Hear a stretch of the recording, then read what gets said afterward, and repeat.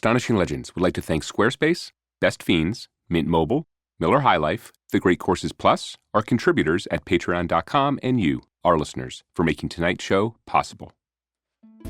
5 days after the release of this episode, it will be August 28th, 2020, the 25th anniversary of the first U.S. broadcast of a special on Fox television called Alien Autopsy, Fact or Fiction. According to Wikipedia, millions of people watched it the first time, and Fox aired it 2 more times to higher and higher ratings. If you're old enough to remember when it ran, you probably remember exactly where you were when you saw it.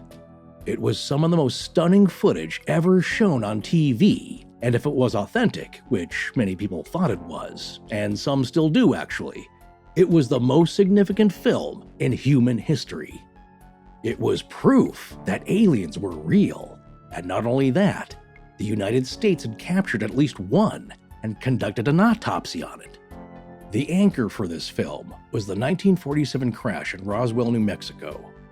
The backstory associated with it connected it to an anonymous cameraman who was supposedly there and through a series of unusual events had managed to hang on to a couple of canisters of the original film. And he had since sold them to a man named Ray Santilli, who proceeded to license it all over the world to the tune of millions. By now, almost 2 billion people have reportedly seen it. It's up there with the Patterson-Gimlin film and the Zapruder film of JFK's assassination. It's hard to say how many of those 2 billion people think it shows something unexplainable, but like most legendary tales, the story behind this one is even more amazing than the film itself.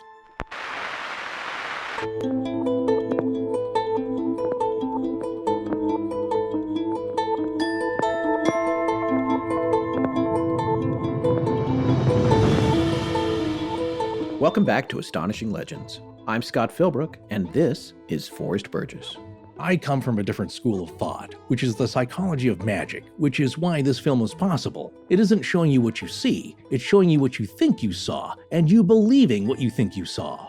Spiros Melaris. Join us tonight for a journey deep into the story of the 1995 found footage known as Alien Autopsy.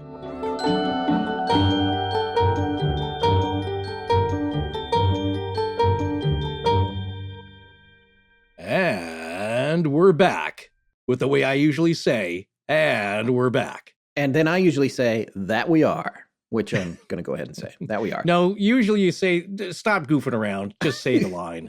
That's what you usually say, yeah. Folks, there's an unusual request here for tonight's show. If you really want to follow this story closely and stay on top of it, you're probably going to need to take a look at what we're referring to, which is the alien autopsy footage. Now, 2 billion people have seen it, but if you're one of those folks that hasn't, you can find it online. And right now, I know it's on, I have Amazon Prime, so it's there. Mm-hmm. If you look up Alien Autopsy, Fact or Fiction, that is up there as 2 episodes. The one episode is the original Fox special that you'll hear us talking about a lot tonight. And then the second episode is just the unedited autopsy footage, which is 18 minutes or so.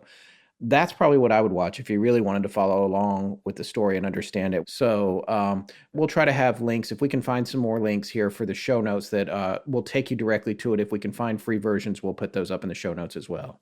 Also, and I know a lot of people are hearing that and saying, well, I'm not going to sign up for Amazon Prime.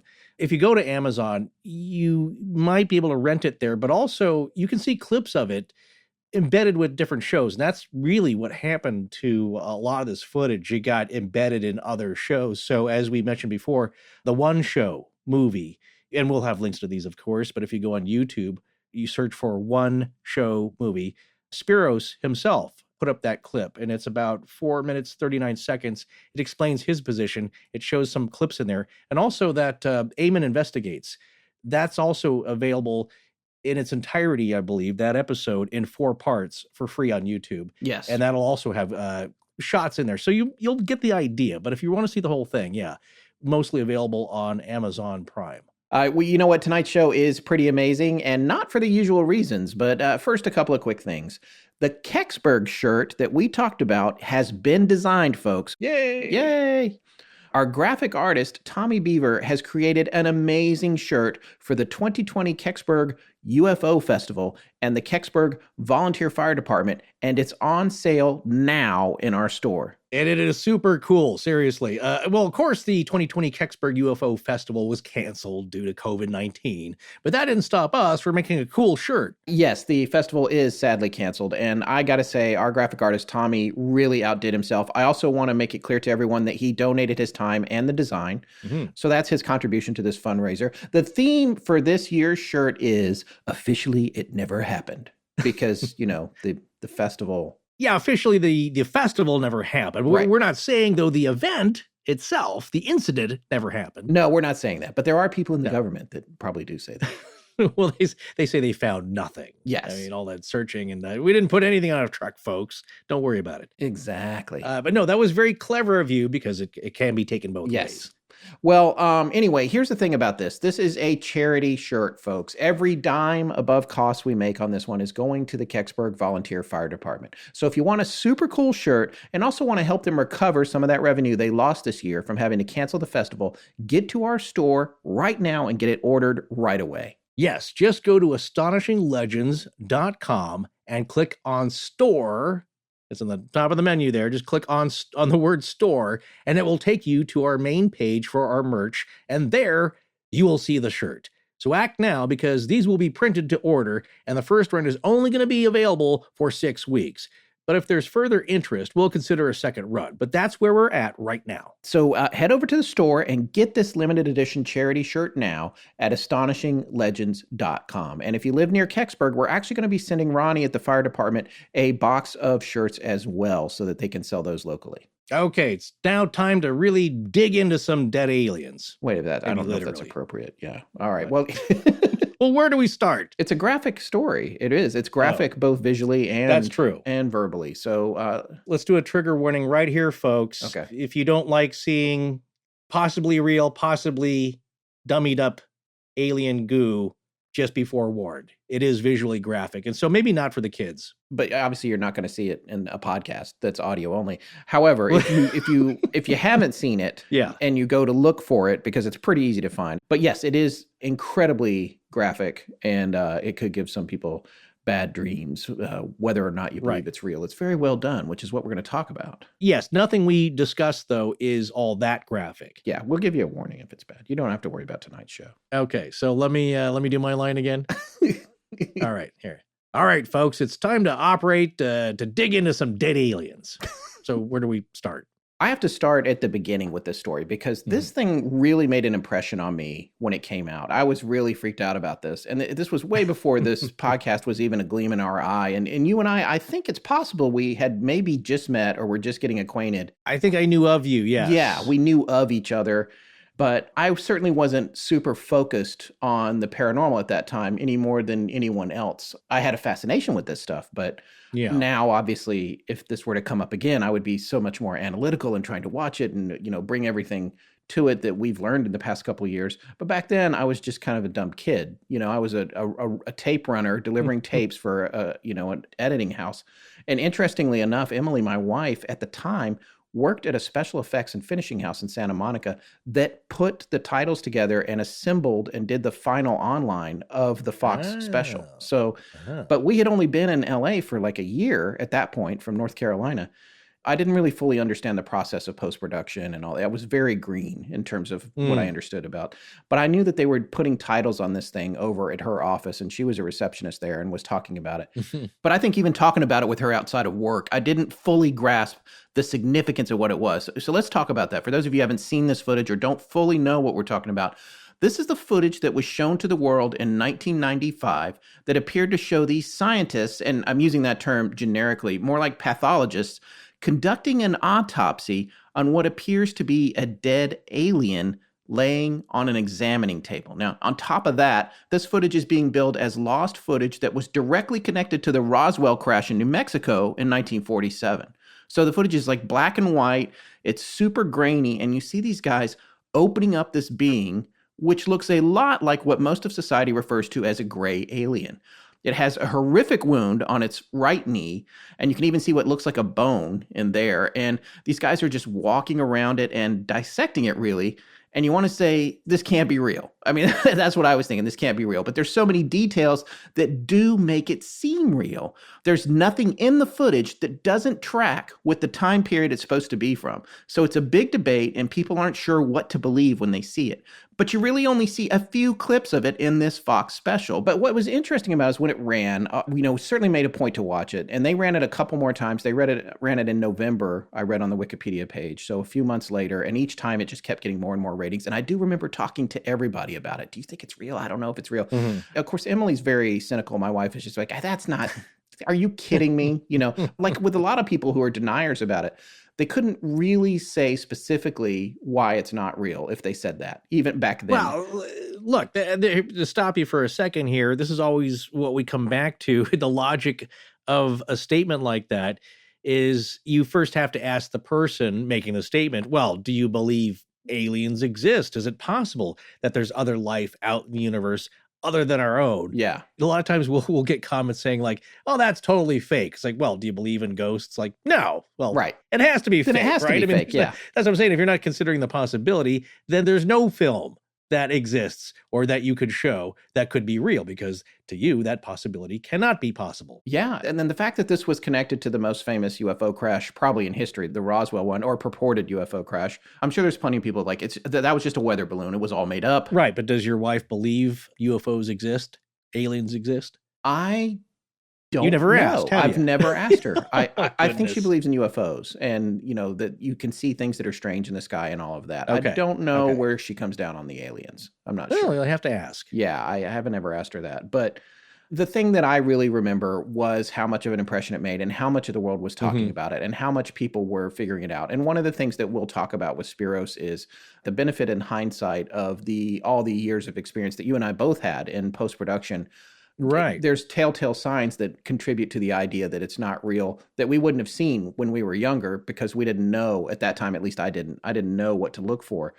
And I know Right. more of that now, but still, the other thing that's fascinating to me about this is that when we decided to do this show as a topic, courtesy of a mutual friend of ours who introduced us to tonight's guest, Spyros Melaris, he was like, hey, I know the guy that made the Alien Autopsy movie. I was like, what? There's a guy that made it? Like, what is, I didn't even know what, I was so like gobsmacked by like just the idea that this was even a thing. And it was only in the past 3 weeks that I learned there was this whole big thing came out about how it was definitely a hoax. But then there's these people that don't believe that. And there's people that think that our guest tonight is a disinformation officer or something who's trying to perpetuate. So that's the part I love about this. It's like, we're going to put this here for you. We want you guys to see what you think. I know what I think. We know what we think because we've heard the whole interview and we've talked about it, and you'll hear by the time we get to part 2 of this. But it is just an amazing story, no matter which way you look at it. And it's especially amazing if you think about how many people are convinced, even to this day, that it is a real film, whether you believe it is or not, right? Right. And a big shout out to our mutual friend who we're talking about here, Gletters, who is a radio DJ in the UK and also has his own paranormal podcast called Anomaly. Yes. I think we've talked about it before. We kicked that around as one of the possible names for this podcast. So he scooped it up for the UK, but his website there is Anomaly, ANOMALY.co.uk.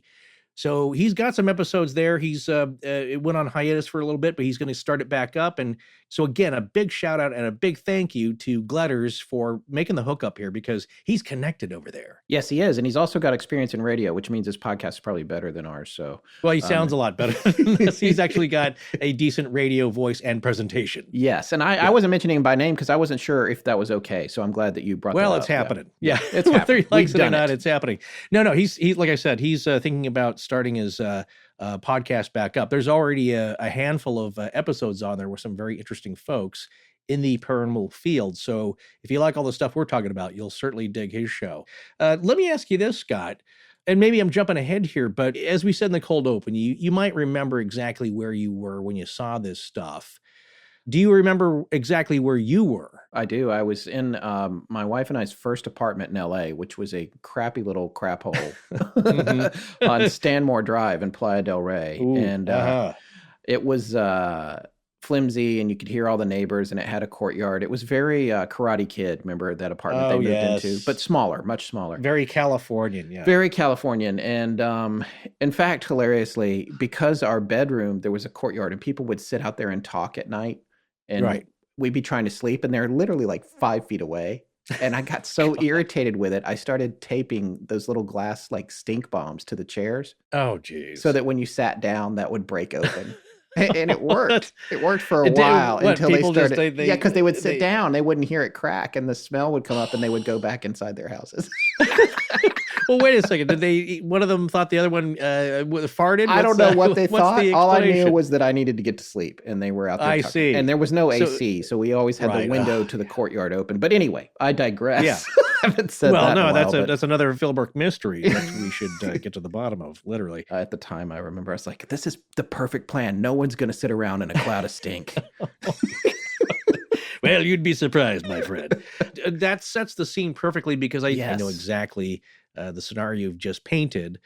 So were you watching it with Emily? Yeah, we watched it there in our, I remember that we had a kind of like a big TV, a big rear projector TV that we had sprang for because we rang up a ton of debt that took years to pay off. Oh, boy. And here's the other thing that's kind of fascinating about this. It was about, I guess maybe a year and a half earlier was the Northridge quake. So we had been through that as well. We lived in that apartment when that happened, which was a very scary earthquake. But anyway, so yeah, I remember being in that place, and I remember watching it there, even though she had seen it at work because they had been working on it at work. That's right. Yes. But she also kind of doesn't care about that stuff. So like, I don't even know if she went in there. She just like, she's a comedy writer. Isn't that funny? I do. Yeah, I do know people like that. They're interested in other aspects, possibly, of the paranormal. And we've talked about this, we just did with Stan Gordon, how, and even people who get into it semi-professionally, who research this stuff. Certain genres really fit the bill for you. Yeah. Really hit the mark. And other ones like, I don't really care so much. Like I'm really into cryptids, but ghosts, yeah, they're around, I guess. I don't know. I don't care. Yeah. And then some things just don't appeal to people, but I think because it's just not tangible for them. Well, I know she believes in the paranormal and the ghosts and that sort of thing because we've talked about that before, but we haven't really talked about UFOs and aliens. I do think there's an eye roll from her when that stuff comes up. So. That's exactly what this film, the niche this film fit, is that, well, here you go. Here's a piece of film. Believe your eyes or not. What do you think? And it caused such a sensation when it aired. You and I can guarantee that no network's going to run it 2 more times if it ain't getting some eyeballs. Yeah, it definitely was a hit for them. And I think, had the internet been flourishing in the way that it is today, it would have really gone just global fireworks, like instantly. I was thinking about just that right now here. And there's 2 things I want to mention to you, get your impressions on before we move to the first segment here. One, that is a really interesting scenario because if it aired now, think about this. In 1995, we didn't have all this baloney. Yeah. We had compact computers with green screens and CompuServe and dang. Yeah, that and was our AOL. I'm pretty sure I was at an AOL situation with the modem that was like, bang, yeah, and then my favorite you've got mail. Right. And you'd have web pages. People were getting pages up about UFOs up there and information was going on there, but it took a minute to load the page, literally. Yeah. So at that time, seeing something like this was pretty spectacular, marvelous, wondrous. It really sparked the imagination, no matter what you believed. But if we saw this now, we've seen so much baloney on the internet. Daily, we're bombarded. There's so many faked videos. If we saw this, it's like, okay, so I guess the government just made a TikTok video of this autopsy, and we're supposed to take that as authentic.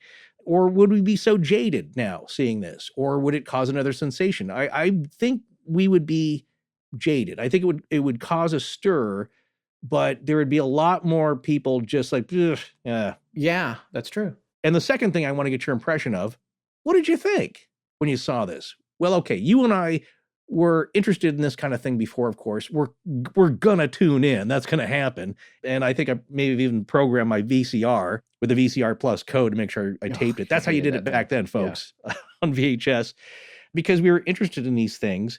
So I was excited, but what were your first thoughts as this thing's, you see Jonathan Frakes, and then here's the intro to the story.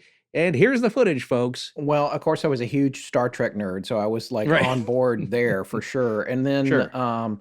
honestly, I wasn't sure what to think. I was surprised at how little they were saying about whether or not it was real. I mean, they were portraying it as this thing they were trying to track down, find these people, and there's some hindsight to that we'll talk about probably in our conclusions. But the way they presented it was like, we don't know. I mean, this seems like it could be real. So you're going, oh God, Riker wouldn't stand here and tell me it's, it's not He's real. a commander. It's real. He's for goodness sake. Yeah, he's number one. Yeah. So, but I think my impression was, I remember thinking, oh, well, this is 50 years old for one thing, because that's how it's portrayed, So I was like, okay, that's good. If these things were here, from the scary part of it, this was 50 years ago, so hopefully they're gone.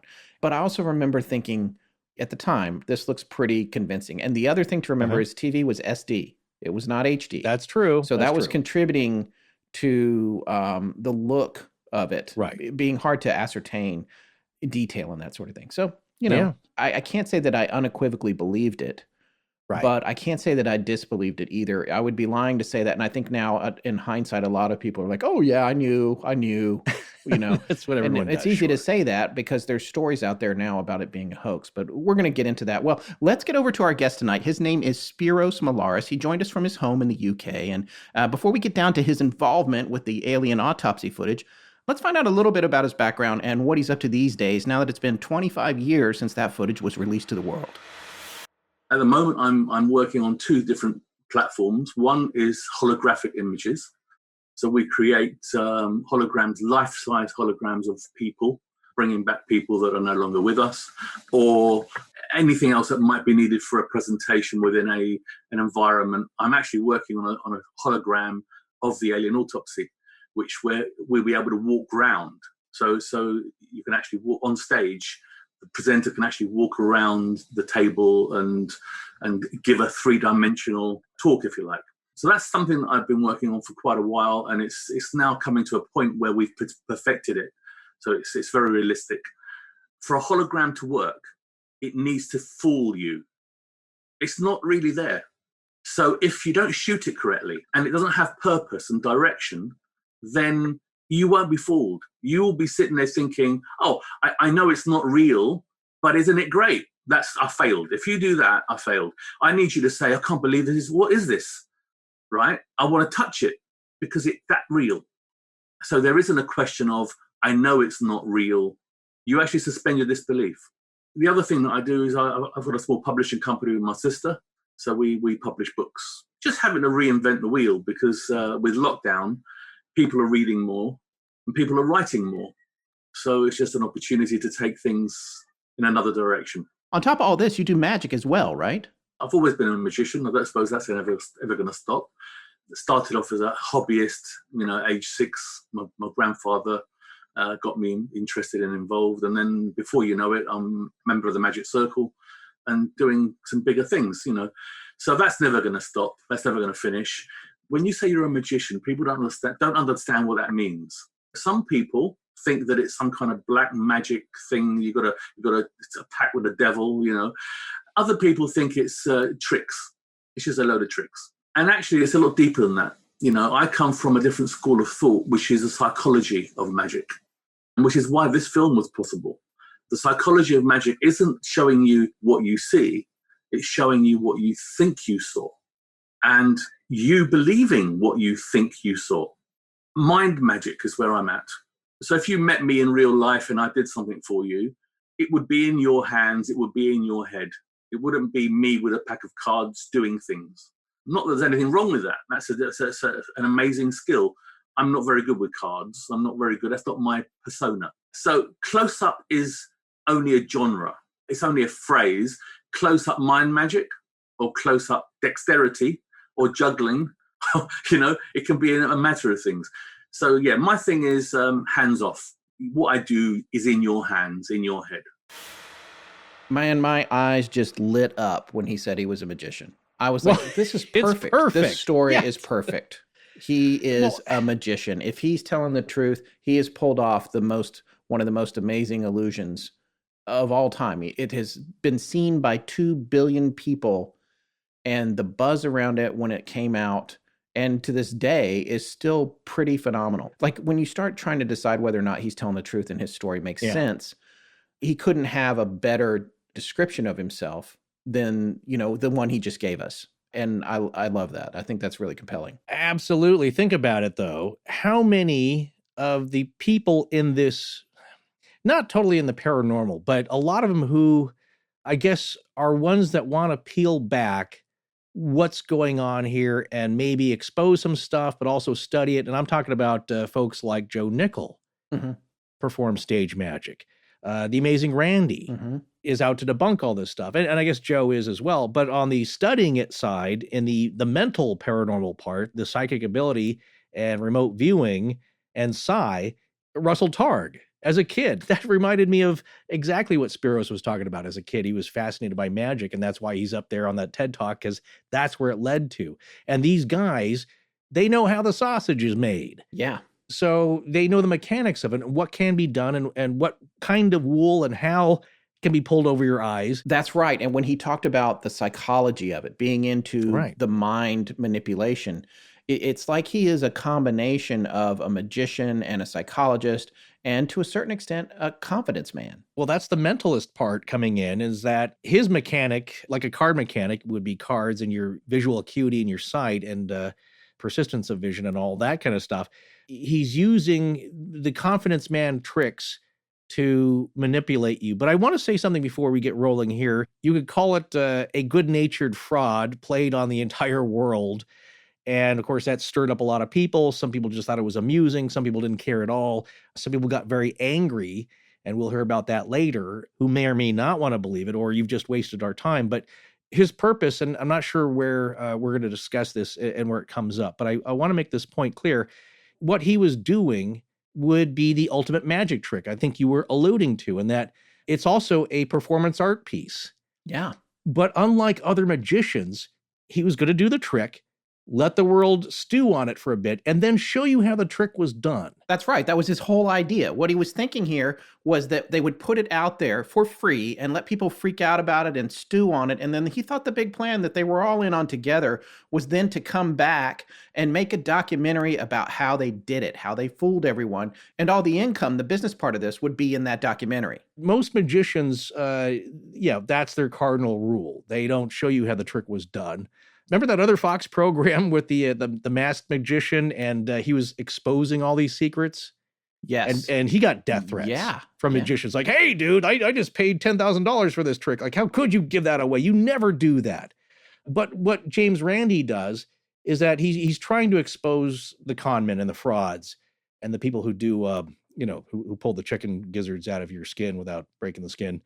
People like that, because that's what he believes, that he should expose the truth. And the masked magician on the Fox specials, I loved his point of view of that, is that, look, the reason I'm doing this, and yes, I've gotten death threats, and some people in the magic community hate me now, I'm persona non grata, but here's my point for doing it.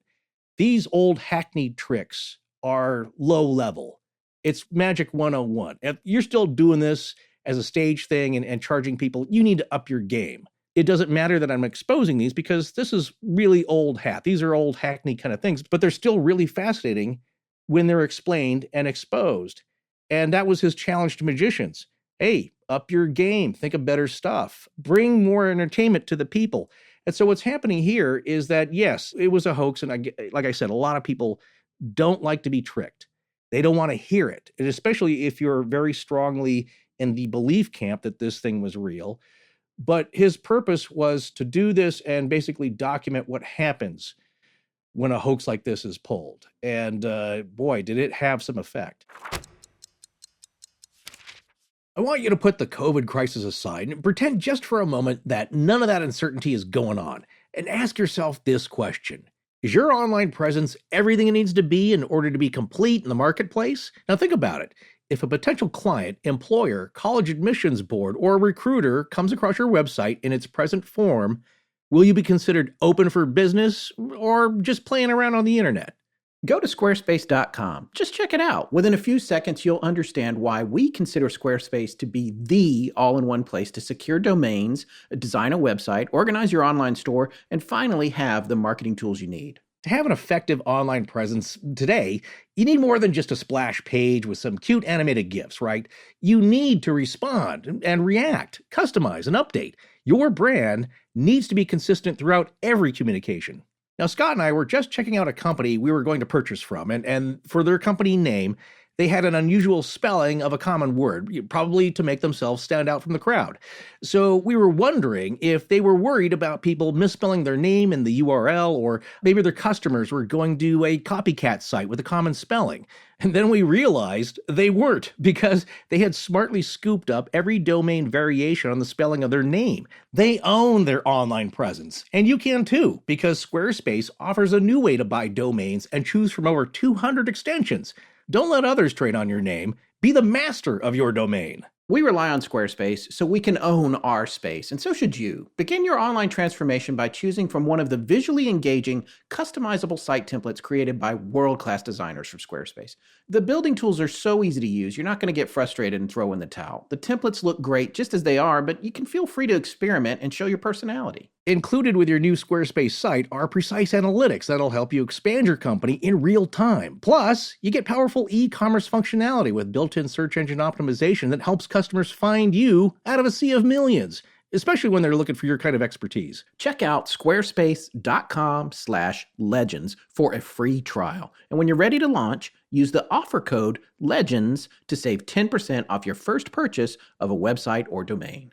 Once again, that's squarespace.com/legends for a free trial. And when you're ready to launch, use the offer code LEGENDS to save 10% off your first purchase of a website or domain. This is Angelique and Michelle. Thank you for listening to Astonishing Legends. Let's get back to the show. In this segment, we're going to hear a little bit about the tent footage, which is really fascinating. This was an inspiration for this whole thing. When you start to follow the roadmap of how this all came to be, the tent footage is where it started, and there's a very interesting story there. So look out for that. Also, a name you want to listen out for is John Humphreys. John Humphreys is the guy who, according to Spiros, made the alien.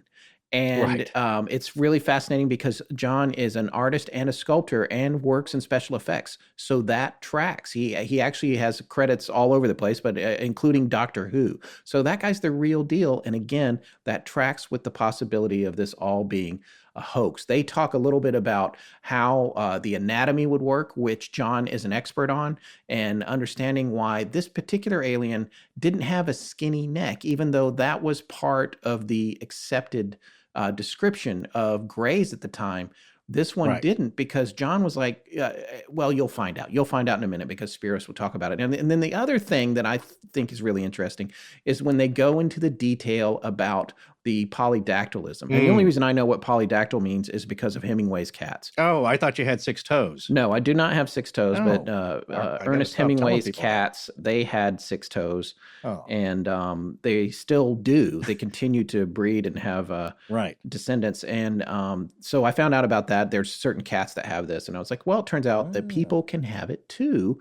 Uh-huh. But usually it might be on the hands, but not the feet, or the feet, but not the hands. Right. But, And not all of them. And not all of them. But what you will find out, though, is that you're not necessarily going to see that on the hands and the feet. So we're going to hear a little bit Right. about that. And then we're also going to hear about how much thought they put into this creature. What does it eat? How does it breathe? What's its biology? How does it reproduce? There was so much going on in terms of preparation. So we really wanted to hear from Spiros how it all began. I'll tell you the whole thing. I used to run a very small studio at the time. I had a small crew, and I used to do 4 trips to France, to Cannes in particular, to various markets for the industry. Those were MIP TV, which was a TV market where people went to sell their TV shows, and when people went to buy the TV shows, okay, from all over the world. Then you have MIPCOM, which like communications. So it was PC games, it was software, it was all that sort of stuff, and it crossed over a little bit with film, a little bit with music, because it was all in caption, audio-visual stuff. Then you had MEDEM, which was only music, and then you had the Cannes Film Festival, which everybody knows about, okay? And that was pretty much the 4 things that I used to do in Cannes, as well as everything else in the calendar, but I was always there. Before I went this particular time, I was going with a crew because I had a job for one of the big record labels. And it was Medem that I was visiting. It was all music-based thing. And I had the catalogue of the people that were registered to go to the conference. And Santilli was in there under the company, his company name, which I think at the time was Merlin. It might be another company because he had a few, okay? But I think at the time it was Merlin. So I sent out, I think 4 or 5 faxes. And those faxes, no email at that time, it was just faxes. And I sent a fax out and I said, I'm going to be in Cannes with a crew. If you need anything filmed, give me a call. Very relaxed. Out of the 4 people that I sent the fax to, I got 3 jobs. And Santilli came back and said, I don't want you to film anything, but you're very local to me. We should meet up and maybe work in the future. At the time, my mobile phone worked in the UK. It didn't work in Europe. Okay, it's not like now, There wasn't even roaming, and if you did that nonsense, it was a lot of money. So I was super, super impressed at the time because Santilli said to me, when you get to Cannes, give me a phone call and we'll meet up. And I was super impressed that his mobile would work in France. Okay, I'll never forget it because I'm a geek, I'm a gadget geek. So that was a big deal, It also puts you in a position of, I don't know what the word would be, but he had credibility because of that. He was a man in the know. He was a man on the go. He had his phone that worked abroad, right? So we arrived in France.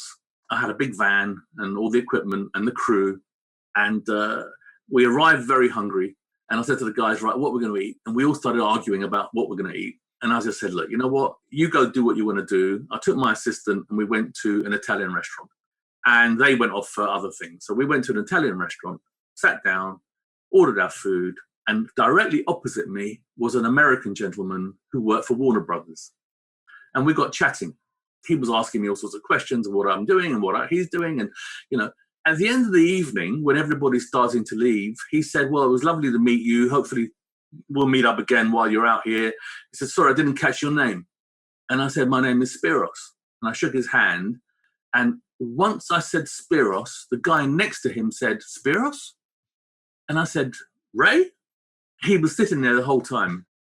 And I didn't know it was him. He didn't know it was me. And that's how we had the first meeting. So everyone started to leave. The chairs went up on the tables and we had a bottle of wine, sat there together and started talking about future projects and things. There was a girl walking around mopping up, We were there till about 2 a.m. After about an hour of talking to him, he seemed to be a sane, intelligent individual. He suddenly drops a bombshell, which was, I've bought a film of an alien autopsy. I said, you mean a foreign person? He said, no, an alien from outer space, right? Right. So I thought, oh, no, I just wasted all this time talking to this guy. And he's but open-minded, right? I said, okay, I'd love to see it. He said, okay, well, when you come to London, come and see me. I'll show you the film. And what I'd like you to do is make a documentary about it. Great. So we finished what we did. I didn't give it a second thought. I just thought, the man is mad. Now, just to give this a little bit of background, Santilli was telling people that he had an alien autopsy as far back as 93. And I've met the people since then. Okay. One of them is Philip Mantle. Okay. Philip Mantle, he met Ray because Ray said he had an alien autopsy. And every time Philip said, show me it, he couldn't. Oh, not yet. I haven't got it yet. It's coming. It's coming. Okay. Because he didn't have it. He was in a meeting with another group of people that he works with in Milton Keynes. And these guys ran a company called AK Music. And they were sitting around a table having coffees. And somebody said, wouldn't it be great to have a bit of footage of an alien autopsy and put it out, as a bit of a joke? And Ray, that's where he got the idea. He was never in the UFO community, neither was I, right? We knew nothing of it. So he started to investigate a little bit and he thought, oh, this Roswell crash, this would be great, right? So the guys at AK Music thought it would be funny to make an alien autopsy. So they made a fake alien autopsy in a shed, in a barn. And it was a joke. It was very jokey, very, and we now know that film as the tent footage, okay? If you haven't got it, I can send you it. So the tent footage was a guy, a real person, lying on a table with a sheet over him and a papier-mâché head of an alien. And he's got his head a little bit to the side like this, and he's got the alien, and his head's covered, and he's got the alien head there. It was a joke, right? And it was in the dark, and it had a gas lantern hanging there. And these guys are supposedly doing an autopsy on the most important thing the world has ever seen in a shed at gaslight. And what they're doing, the whole thing is. So I went to Ray's office, and he sat down, very serious, put this VHS tape in, and he showed me the tent footage. And I looked at it, and then I saw a glitch. And I said, Ray, this is not real. He said, "Why? What do you mean it's not real? Of course it is." I said, "It's shot on low band video." I said, "If it's not VHS, it's low band, right?" He said, "No. It was transferred from film to VHS." I said, "Why would you do that? Why would you transfer to VHS when you should be transferring to beta? At least, right? It doesn't make sense." I said, "Besides, the glitch that I saw is a camera head glitch. It's not. It's an in-camera. How do you know that?" I said, "It's my job to know that." I said, "If I film something and that happens, and it has happened, I've got to remove it. I've got to shoot it again because I can't deliver this to a client." Okay. So it's a problem, right? It's a problem for me. This is not real. Besides, I've got so many other questions as to if this is an alien, why they're performing it in this situation. So I left him with listen, it's not real. Okay. And we're wasting our time here. So his shoulders dropped like a defeated man. That his body language was like, oh, right? And I could see him thinking, if I can't get it past this idiot, how am I going to get it past anyone else, right? But he had shown a couple of UFO guys, and Philip Mantle was one of these people. And it was kind of, it isn't going to wash. It's not going to last 5 minutes. I got in my car, and I'm driving home. And I called my friend John Humphreys, who's also was a partner in various things. And John is a sculptor. And we've worked together in film special effects, TV special effects. So his sculpting was being used in the effects field, although he's a classically trained artist. Okay. So his qualifications are from the artistic side, not from the special effects side. Okay. So I phoned him up and I said, "John, you should have seen this. It was ridiculous. We could have made this thing easily. I don't know why they made." He said, "Well, why don't we?" Oh, that's a great idea. I put the phone down to John and I phoned Ray Santilli. And I said, "Ray, listen, I can make this film for you properly. Okay. But what we need to do is, I don't want to con anyone. I don't want to sell it to people as if it's real." I said, "We'll put it out for free. We'll tell people we don't know what it is. You tell us what it is. And then after they don't know what it is, we'll make a documentary that we will sell, showing you how we made it." Okay. And he said, "That's a great idea. But can you make it convincing?" I said, "I can make it so it'll fool people, everyone. All the expertise is so we can make it watertight." "But how can you do that, Spitz?" I said, "We can do it. I'll work away." Now, that's where the magician came in. If you said to me, "Can you make this girl jump out of the window and fly off into the distance?" my knee-jerk reaction answer is yes. I don't know how I'm going to do it yet, but I'm never going to say no. You see? So yes, we can do that. And then my problem now is to make it work, right? So anyway, so we went away and I had to come back with a price to make it. So John and I went to a little restaurant we used to go to a lot because his studio was around the corner from a place called Fabrizi's, and it was a little Italian coffee shop. And we sat there in Fabrizi's with bits of paper and a pencil, and we started talking about the alien we're going to build. And John is an expert on anatomy. He's a sculptor, right? He's studied anatomy, muscular formations, where the bones are, where the muscles go on the bones, all right? Because he has to create these things, that's what he does. So very useful to have that when you're creating a body.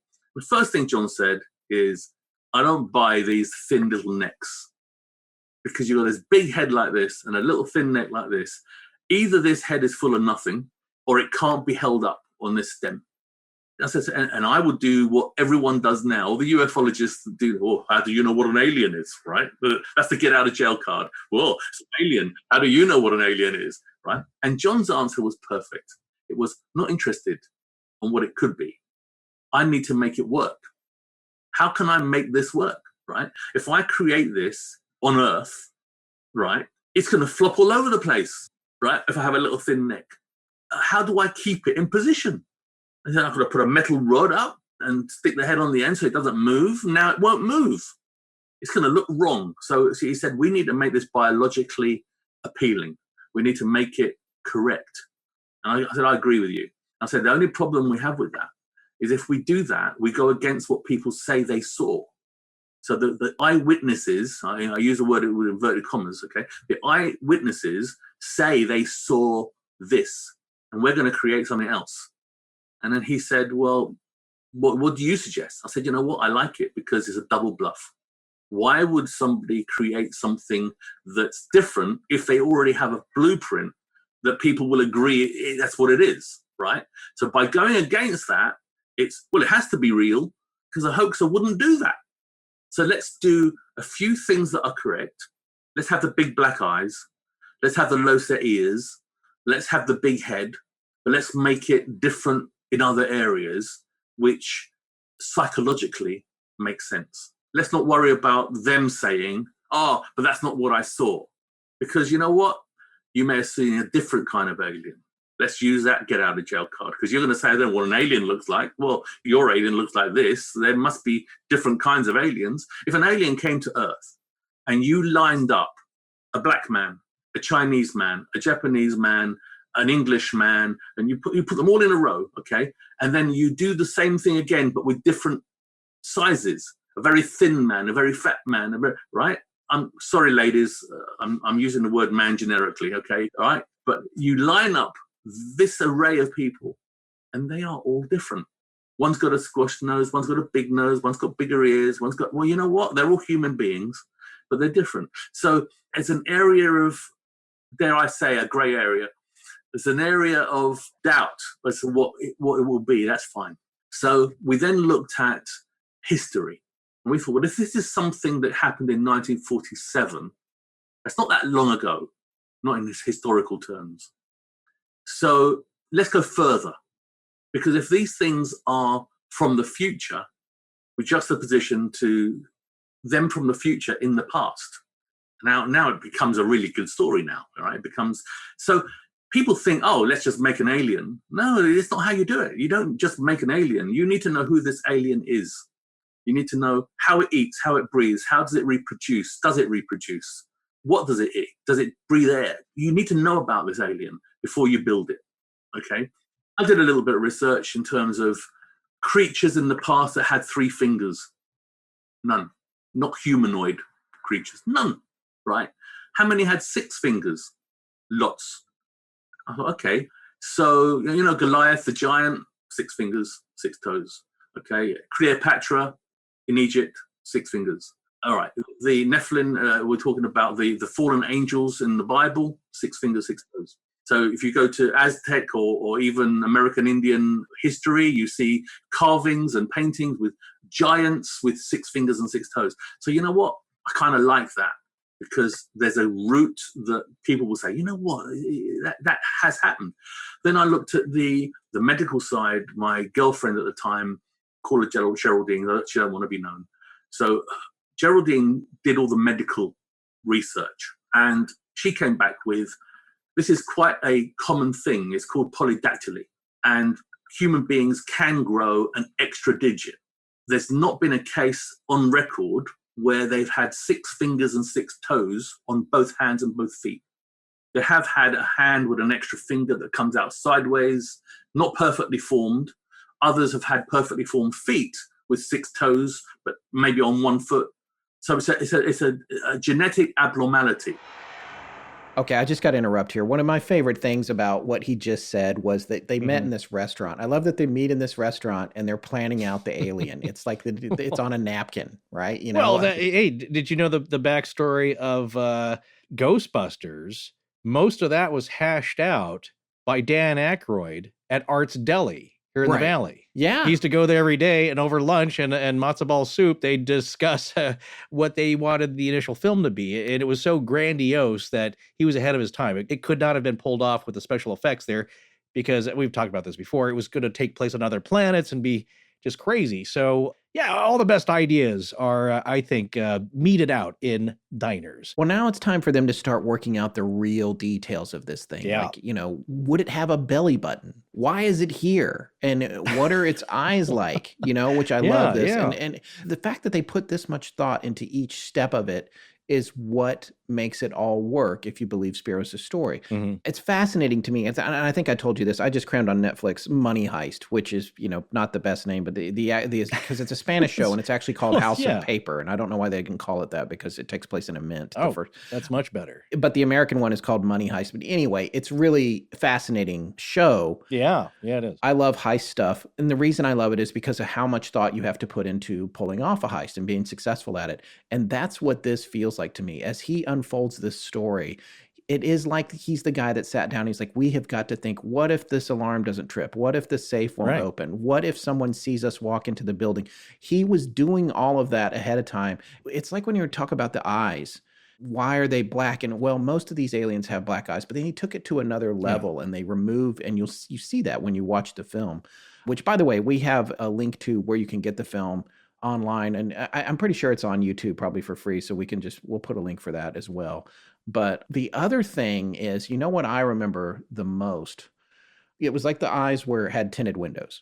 And of course, the thought that you had is like, this is because it's out in space. It's going near the sun, Yeah. and then that's where it needs to be, which does and doesn't make sense. Depends on how long, I guess, you've been traveling, or maybe your home planet is real close to a sun or has two suns, like Tatooine. Tatooine? Yeah. But, nerding out. Nerds. Here. But my point is that, like, when they take those black covers off in the documentary and you see that this thing's eyes are rolled back in its head, that is a very human moment. You have a visceral reaction to that. You're like, this thing is dead and its eyes roll back, just like it would in one of us, if one of us died, and you feel bad for it. And he talks about how that came to be, because initially, apparently, the eyes were not rolled back, and the amount of work they had to do to add that detail is pretty fascinating. Like any good actor, you develop a backstory for your character. Right. Think about what an actor has to do. They're trying to sell their character to an audience. Yeah. That's what Spiros and John were doing. That's right. They have to sell this thing. And what do? You try and make it as real as possible. It just reminded me here of, yes, folks, you're going to get another movie reference, but in the 1991 movie Rush with Jason Patrick and Jennifer Jason Leigh, he's undercover and they're developing their stories, because basically you're trying to sell people that you're undercover. You're not a cop. And she isn't either. And you have to have backstories, and it has to be believable. You have to sell people who can sniff this stuff out. And I remember he was creating his backstory. He's telling her, Jennifer Jason Leigh, when you create your backstory, try and find as much truthful stuff about it that's real. One, you can remember it better. And that's what I thought about here. When you think about the logic of it, which was a stroke of brilliance on their part, it's easier to remember because the story fits. And so Jason Patrick says to her, it's like, well, I'm going to be the manager of a Pizza Hut. And she goes, oh, well, then did you really manage a Pizza Hut? He goes, no, but I ate there a lot. So he was familiar with it. Right. It's like he didn't have to concoct this crazy, fantastical story, which I think that's what Spiros was saying. It's like when your imagination runs wild, and certainly you hear people now in popular media who come out with a story, and it's just like, it's too much. It's a little, this is all fantastical, but there are some little touches that are perfect. Like you said, the eye covering. When I saw that, it's like, ooh, nice touch. Yeah. I don't know really what to think about it, but it was a nice touch. Like, as we say so often about all these different hoaxes, if they are hoaxes, then it's pretty good sci-fi with any of these stories when we're covering it. When I hear about something that, might be a clue to the veracity of a story, I'll give them points for ingenuity. Like, that's pretty good sci-fi. That right there is some creative thought. So they get points in my book just for that. The other aspect, though, this reminds me of my corporate editing days, talk about this time period, because that's what I was doing in 1995. We had to edit in this very famous John Cleese video series on sales. like how to sell. And it was, I think, like a 10-part series where he just talks about all these aspects. But I remember one very clearly, and it is the con man kind of angle here. But he said, one of the foremost keys to selling is you have to remove all the objections that the buyer may pose. It's like, well, I don't like this. Like, well, you don't have to do that. We'll give you a product that doesn't have that. You remove all of their objections, then it's much easier for them to accept buying it and for you to sell it. So that's what Spiros did here. He thought of everything that's like, well, what would a pathologist look for? What would these experts look for in their field? Because that's what you're going to do. It's like, are the incisions happening where they should be? Are they using the saw correctly? Are they examining things the way that they would want? And perhaps to a filmmaker, a camera person, a camera operator, they would see that and go, oh, you know what? Somebody who's been doing that for the military, they wouldn't do it like that. Like they would try to make it in focus. They're getting blocked by the shots. But he had a story for that, Spiros, a logic to that. And so for everything that an expert might look at, the date of the film, all these different elements, he had a backstory for that. That's right. And the other thing that you're going to hear, the first part, or the first of it here, you're going to hear about the debris footage. And this is something a lot of people don't know about or they forget about. There was what they call the debris footage that was at the end of the autopsy footage. And people don't remember that so much because it was very short. I think it might have just been one roll of film. But in the debris footage, you see these I-beams that have strange writing on them that are somehow connected theoretically to the Roswell crash, and these control panels for a six-fingered being to theoretically control the ship that Spiros says he made. I designed that, and I'm very proud of that because my design is sleek and beautiful, okay? There was a guy in 1995, unbeknown to me, we didn't know, was working with NASA, who had invented a hand panel to control computers, and he said that there's no, it's on the back now, you see, and there's no reason why such a thing couldn't control an aircraft, okay? Well, his one was very bulky and blocky, and it looked quite PC, as opposed to mine that looked a bit Apple. Okay. Right. Yes. Okay. Yeah. So, because mine was very thin, very elegant. It's just beautiful, And his was very clunky with little levers that you push. Mine had little ball bearings, So mine didn't work, of course. That's the bottom line. His worked. So I've got to give him a little bit of credit. The idea of the six fingers felt like a great red herring to throw in. Because if we're going to make this thing different from what they say they saw, then we need people to say, well, actually, that makes a lot more sense. This is believable, because this is not believable as an advanced being, right? That's not believable. So more digits would seem to be better than less digits, okay? So that was a change that we made. The other thing that we made was obviously the much bigger neck, the more muscular neck. And if you're going to have a muscular neck, then a muscular body would follow. So we made it a bit more muscular. And then we started talking about things like the black eyes. The black eyes don't make sense to me.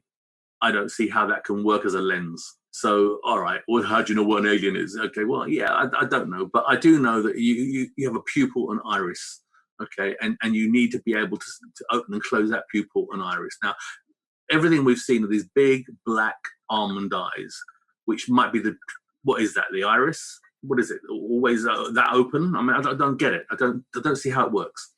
So rather than have to explain something that doesn't work for myself, I'd rather explain it so that people can go, oh, see, that's what it is. Okay. Because the minute you do that, they tick a box in their head. They tick a box. Ah, that's correct. Let's tick that box. No one's saying, look, it has to be real because of this. It's just a silent thing. So the lenses, we made the eyes, the black covering, as a lens. Maybe if you're traveling through space, you're going to come a lot closer to the sun and other planets which are bright than we've ever been, okay? And we can't look at the sun. So imagine flying past a closer distance. So these are lenses like sunglasses.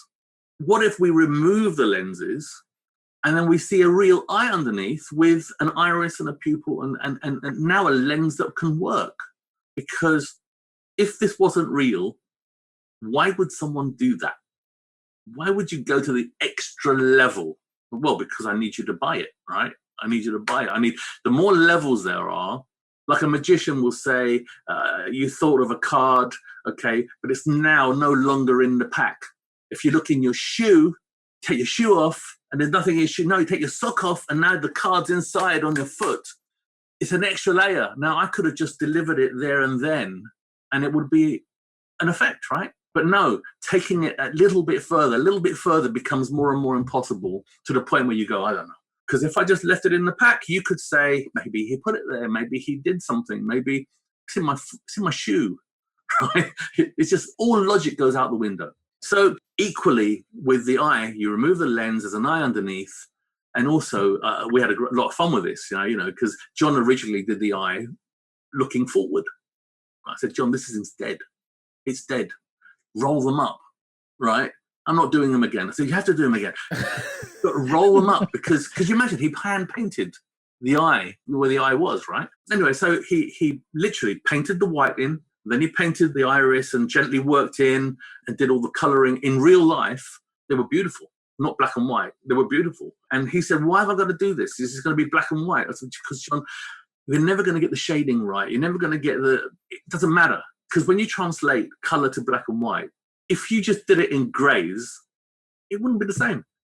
And not a lot of people would look at it, but it was a case of, no, let's do it right. Let's do it for the sake of it, for what it is. The alien had a lovely blue-gray eye. It was really nice.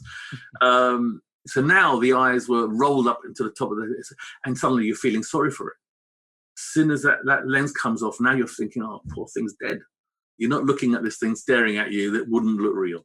So you need to know what the alien is, who it is, and all the little details about it. What are his hopes and dreams? Well, you know what? The hopes and dreams, I think, it's a good question, is our planet can't survive.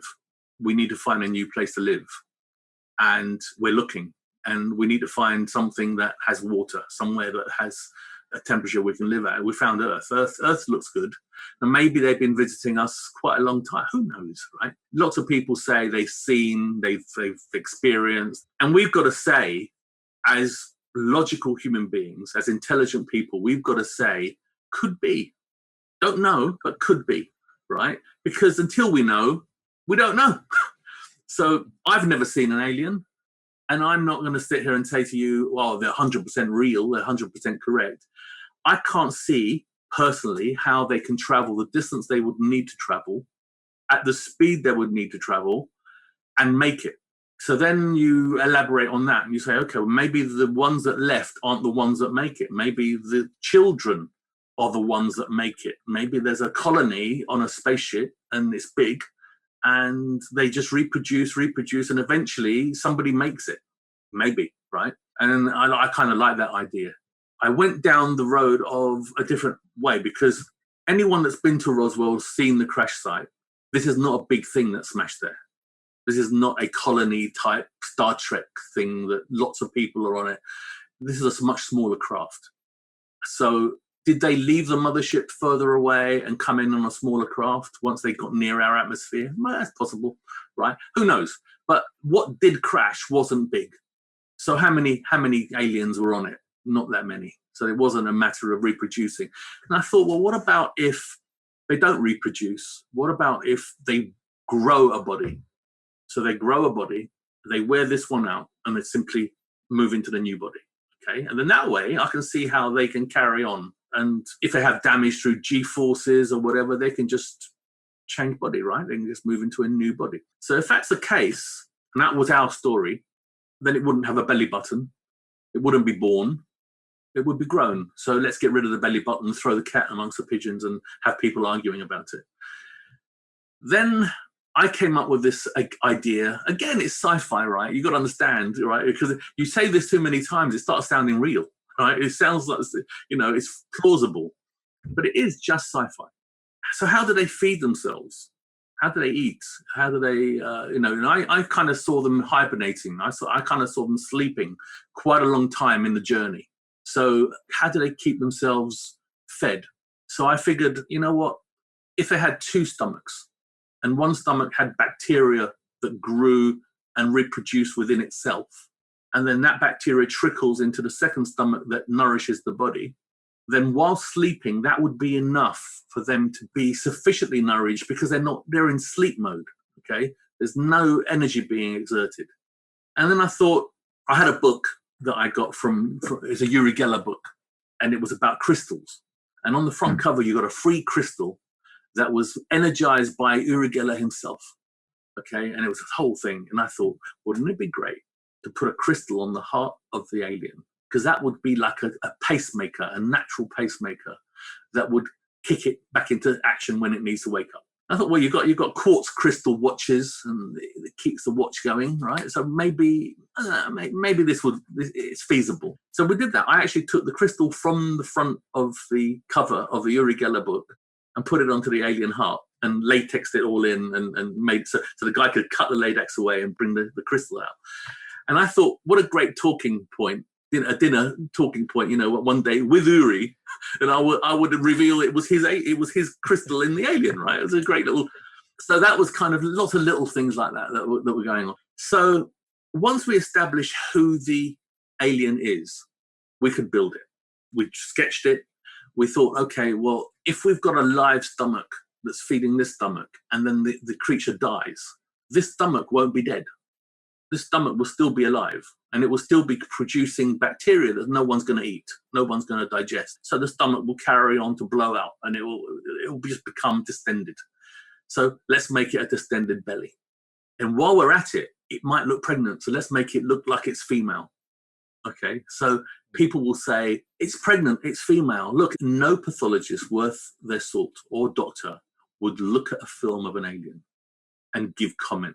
But they're not going to risk their reputation and say, oh yeah, I can see it's an alien. They're not going to even go there, right? But Cyril Wett, who was the biggest pathologist in the US, in fact the world, did all the big cases, all the big court cases, when the body died, how it died, what time it died. So he's the guy that was teaching loads of 40,000 autopsies that he'd supervised. 40,000, this is the guy. We had Milroy in the UK, we had a Queen's pathologist. We had a guy called Ian West at Guy's Hospital, another expert, and they gave it the time of day because it didn't look like it was alien. It looked odd, right? What am I looking at? Once they start seeing the head, they started thinking, oh, I've been duped a little bit here, but I'm here now. Right. Right, let's take it a little bit further. Let's see what. And they try to medically rationalize all the little areas, the 6 fingers and 6 toes. Well, that's something we've seen before, okay? And the distended belly, and we've seen, maybe the head is due to radiation, maybe. So they've seen all these little bits. So maybe it's human, maybe it's got Turner syndrome, maybe, and they're trying to cover themselves and not say it's an alien.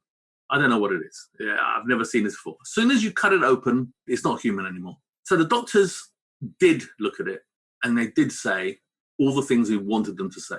They said, if this was a human being, the ears are low set, the eyes are too big. We have seen 6 fingers and 6 toes, but we've never seen it on both hands and both feet. Is this a young lady that's, suffering from multiple things, medical issues, maybe radiated, maybe Turner syndrome, maybe, right? So they did all of that stuff, and then at the end they had to say, I don't know what this is. That's where we want to be. But then what they would do, as anyone else would do, is pass the buck. As far as I'm concerned, it's not human. I don't know what it is, right? So slowly, we got rid of the pathologists and the doctors. We then got rid of the special effect experts because they couldn't reproduce this in 1947. Okay, 2 points I want to make here. One, he was mentioning the idea about the generations of possible aliens living on a ship, and I thought about 2 things. One, I couldn't remember the term for that. I knew that idea, and then I had to look it up later, like, generation ship. That's kind of the general term for that. Battlestar Galactica situation. That's the other one, yes, Battlestar Galactica, where you just have people living on a ship possibly for hundreds or thousands of years or longer, and traveling throughout space looking for a new home. Yes. Right? Yeah, that's the one idea. The second thing is that, as I mentioned earlier, I can't remember if I said Jason Patrick worked at a Pizza Hut, but I think it was a Shakey's Pizza. Oh, Shakey's. I just want to clear that up. Oh, okay, good. Nice fix. There's a big difference. Yeah. You saved us a Shakey's pickup and a bunch of complex angry letters from Shakey's aficionados, because I think they also had fried chicken there. Yeah. But yeah, that's a fascinating idea, though, is that he was, again, creating this backstory of like, what would they look like? And again, if they had gravity on a ship, that pencil neck wouldn't work so well. You got a big old head with a melon sitting on those shoulders. You need a beefier neck to hold that up. I think then John and Spiros may also be the originators of the idea that aliens possibly might have dad bods. Have you seen them pop up with sculptures of little aliens or little pot belly on them? Yeah. The things he thought of, the stomach flora has nothing to digest now. It's just expanding. And like I said, he's got this backstory going. So everything made sense in this world, whether you explain that to the viewer or not. You put it out there, you let people go nuts with it. Here's the other thing I love was when he brought up the crystal on the heart. I was like, wow, there's an idea for it. And Uri Geller. For those of you youngsters out there who've never heard of him, he is the original spoon bender. This guy was the last spoon bender. Yes, very, very famous for being able to bend spoons. Yeah, part of that era of 70s and early 80s mysticism on TV, you could say, along with Kreskin. Yeah. There has always been interest in that. And of course, every generation, especially as ones that appear on TV, have come out. And also, remember the psychic Peter James with the dark mustache and the white hair? And he was another mainstay of the talk shows. And he comes up in the Sally House episodes with sightings. Remember that show? They had him on there. And so it's all these things that we're familiar with. And so Uri Geller was just one of those. And of course, he's also now featured. You can see him in the documentary Third Eye Spies, talking about Russell Targ and remote viewing. It's very interesting to see him pop up again. And of course, a lot of people have cast doubt on him and any of his abilities and relegated him as a charlatan, but not so fast. He may have actually got some real things going on there, but that was interesting that he borrowed that idea, which I thought of E.T. Remember the little crystal light on the finger? Yeah, so putting that crystal, one of Uri Geller's crystals specifically on there. I love that. I love it's like it's a nice touch, a little bit of an inside joke. It's an Easter egg, yeah. Picture yourself as a peaceful little creature living in the foothills of Mount Boom. Everything was just as it should be, happy and harmonious. Then, without warning, a terrifying meteor struck the land, bringing with it chaos and calamity, striking Mount Boom and transforming the once mild-mannered slugs into a hungry mob of mean mollusks, munching madly through minutia on everything that's good and green. So there you are, an unlikely hero, challenging the army of slugs and their insatiable appetite. It's an epic quest to solve the mysteries of Mount Boom. You must fight back. You must prevail. You must rally the best fiends. In case you're wondering if Forrest has gone mad. Wait, what? He hasn't. Oh, thank goodness. Of course, Forrest is talking about Best Fiends. It's quite a unique and exciting puzzle game that Forrest and I enjoy sometimes when we have a few minutes to spare. As many of you know, he and I have a friendly little competition going on that I have no chance of winning whatsoever. Oh, come on now. You win just by the act of playing the game itself, which you can do anywhere at any time because you don't need the internet to play, which is great. Save that mobile data for something else. All right, give us a little hint on where you're currently at. Oh, well, I just have a few more tasks to complete in the Thor's Hammer event to win the Viking Vincent Fiend and a bunch of game keys. And you're probably very close to completing all the Liberty Regatta adventures, so you can win gold and the Sailor Bob Fiend, right? Well, actually, I think it may have already ended. Yeah, look, if you don't get into game apps because they get too repetitive and never seem to go anywhere, Best Fiends is different. They're always throwing something new and clever at you. Best Fiends updates the game monthly with new levels and events, so it never gets old. Yeah, Best Fiends has thousands of levels already with new levels, events, and characters added every month. It's hours of fun right at your fingertips, and you can even play offline, like I said. With over 100 million downloads and tons of 5-star reviews, Best Fiends is a must-play. Download Best Fiends free on the Apple App Store or Google Play. That's friends without the R. Best Fiends. It really is time to ditch your old wireless service and switch to Mint Mobile. Mint Mobile makes it easy to cut your wireless bill down to just $15 a month. Doesn't that sound nice? A wireless bill you could pay for with the change that's fallen under your car seat. Forrest and I have put Mint Mobile to the test many times. We travel as part of the show and have relied heavily on the connection and data speeds, and Mint Mobile has never let us down. Yeah, honestly, I'm just glad we all have a choice now for high quality mobile service besides all those big wireless corporations that for years gave us the same level of service, but for a high price and not much gain. With bloated, hidden fees, expensive minutes with low data limits, and data plans that didn't really make sense for our usage. I just wish Mint Mobile was around earlier because it irks me to think of all the money I could have saved because I overpaid for years. Because you don't really have a choice when all the choices are the same. But now you do have a better choice, and switching over took us like 10 minutes. Mint Mobile's new approach to mobile service really is the wave of the future. Look, if you're still using one of the big wireless providers this year, have you asked yourself what you're paying for? Between expensive retail stores, inflated prices, and hidden fees, you're being taken advantage of because they know you'll pay. Enter Mint Mobile. Mint Mobile provides the same premium network coverage you're used to, but at a fraction of the cost because everything is online. Mint Mobile saves on retail locations and overhead, and then passes that savings directly to you. And not one ghost has interrupted our service. And if that's not impressive enough, I often have to park in this garage where no one gets any wireless service. It's a fortress. I don't know what they made it out of, but if it all hits the fan, that's where I'm going. But Mint Mobile's Wi-Fi calling feature makes it so I'm still able to connect, even inside this impervious parking garage. Well, for wireless customers that hate their monthly bill, which includes just about everyone who hasn't switched to Mint yet, Mint Mobile offers premium wireless service for just $15 a month. You'll love your service and your monthly bill. What's the point of paying for unlimited data if you never burn through it? With Mint Mobile, you can choose between plans with 3, 8, or 12 gigabytes of 4G LTE data. And always, if you're not 100% satisfied, Mint Mobile has you covered with their 7-day money-back guarantee. To get your new wireless plan for just $15 a month and get the plan shipped to your door for free, go to mintmobile.com/AL. That's mintmobile.com/AL. Cut your wireless bill to $15 a month at mintmobile.com/AL.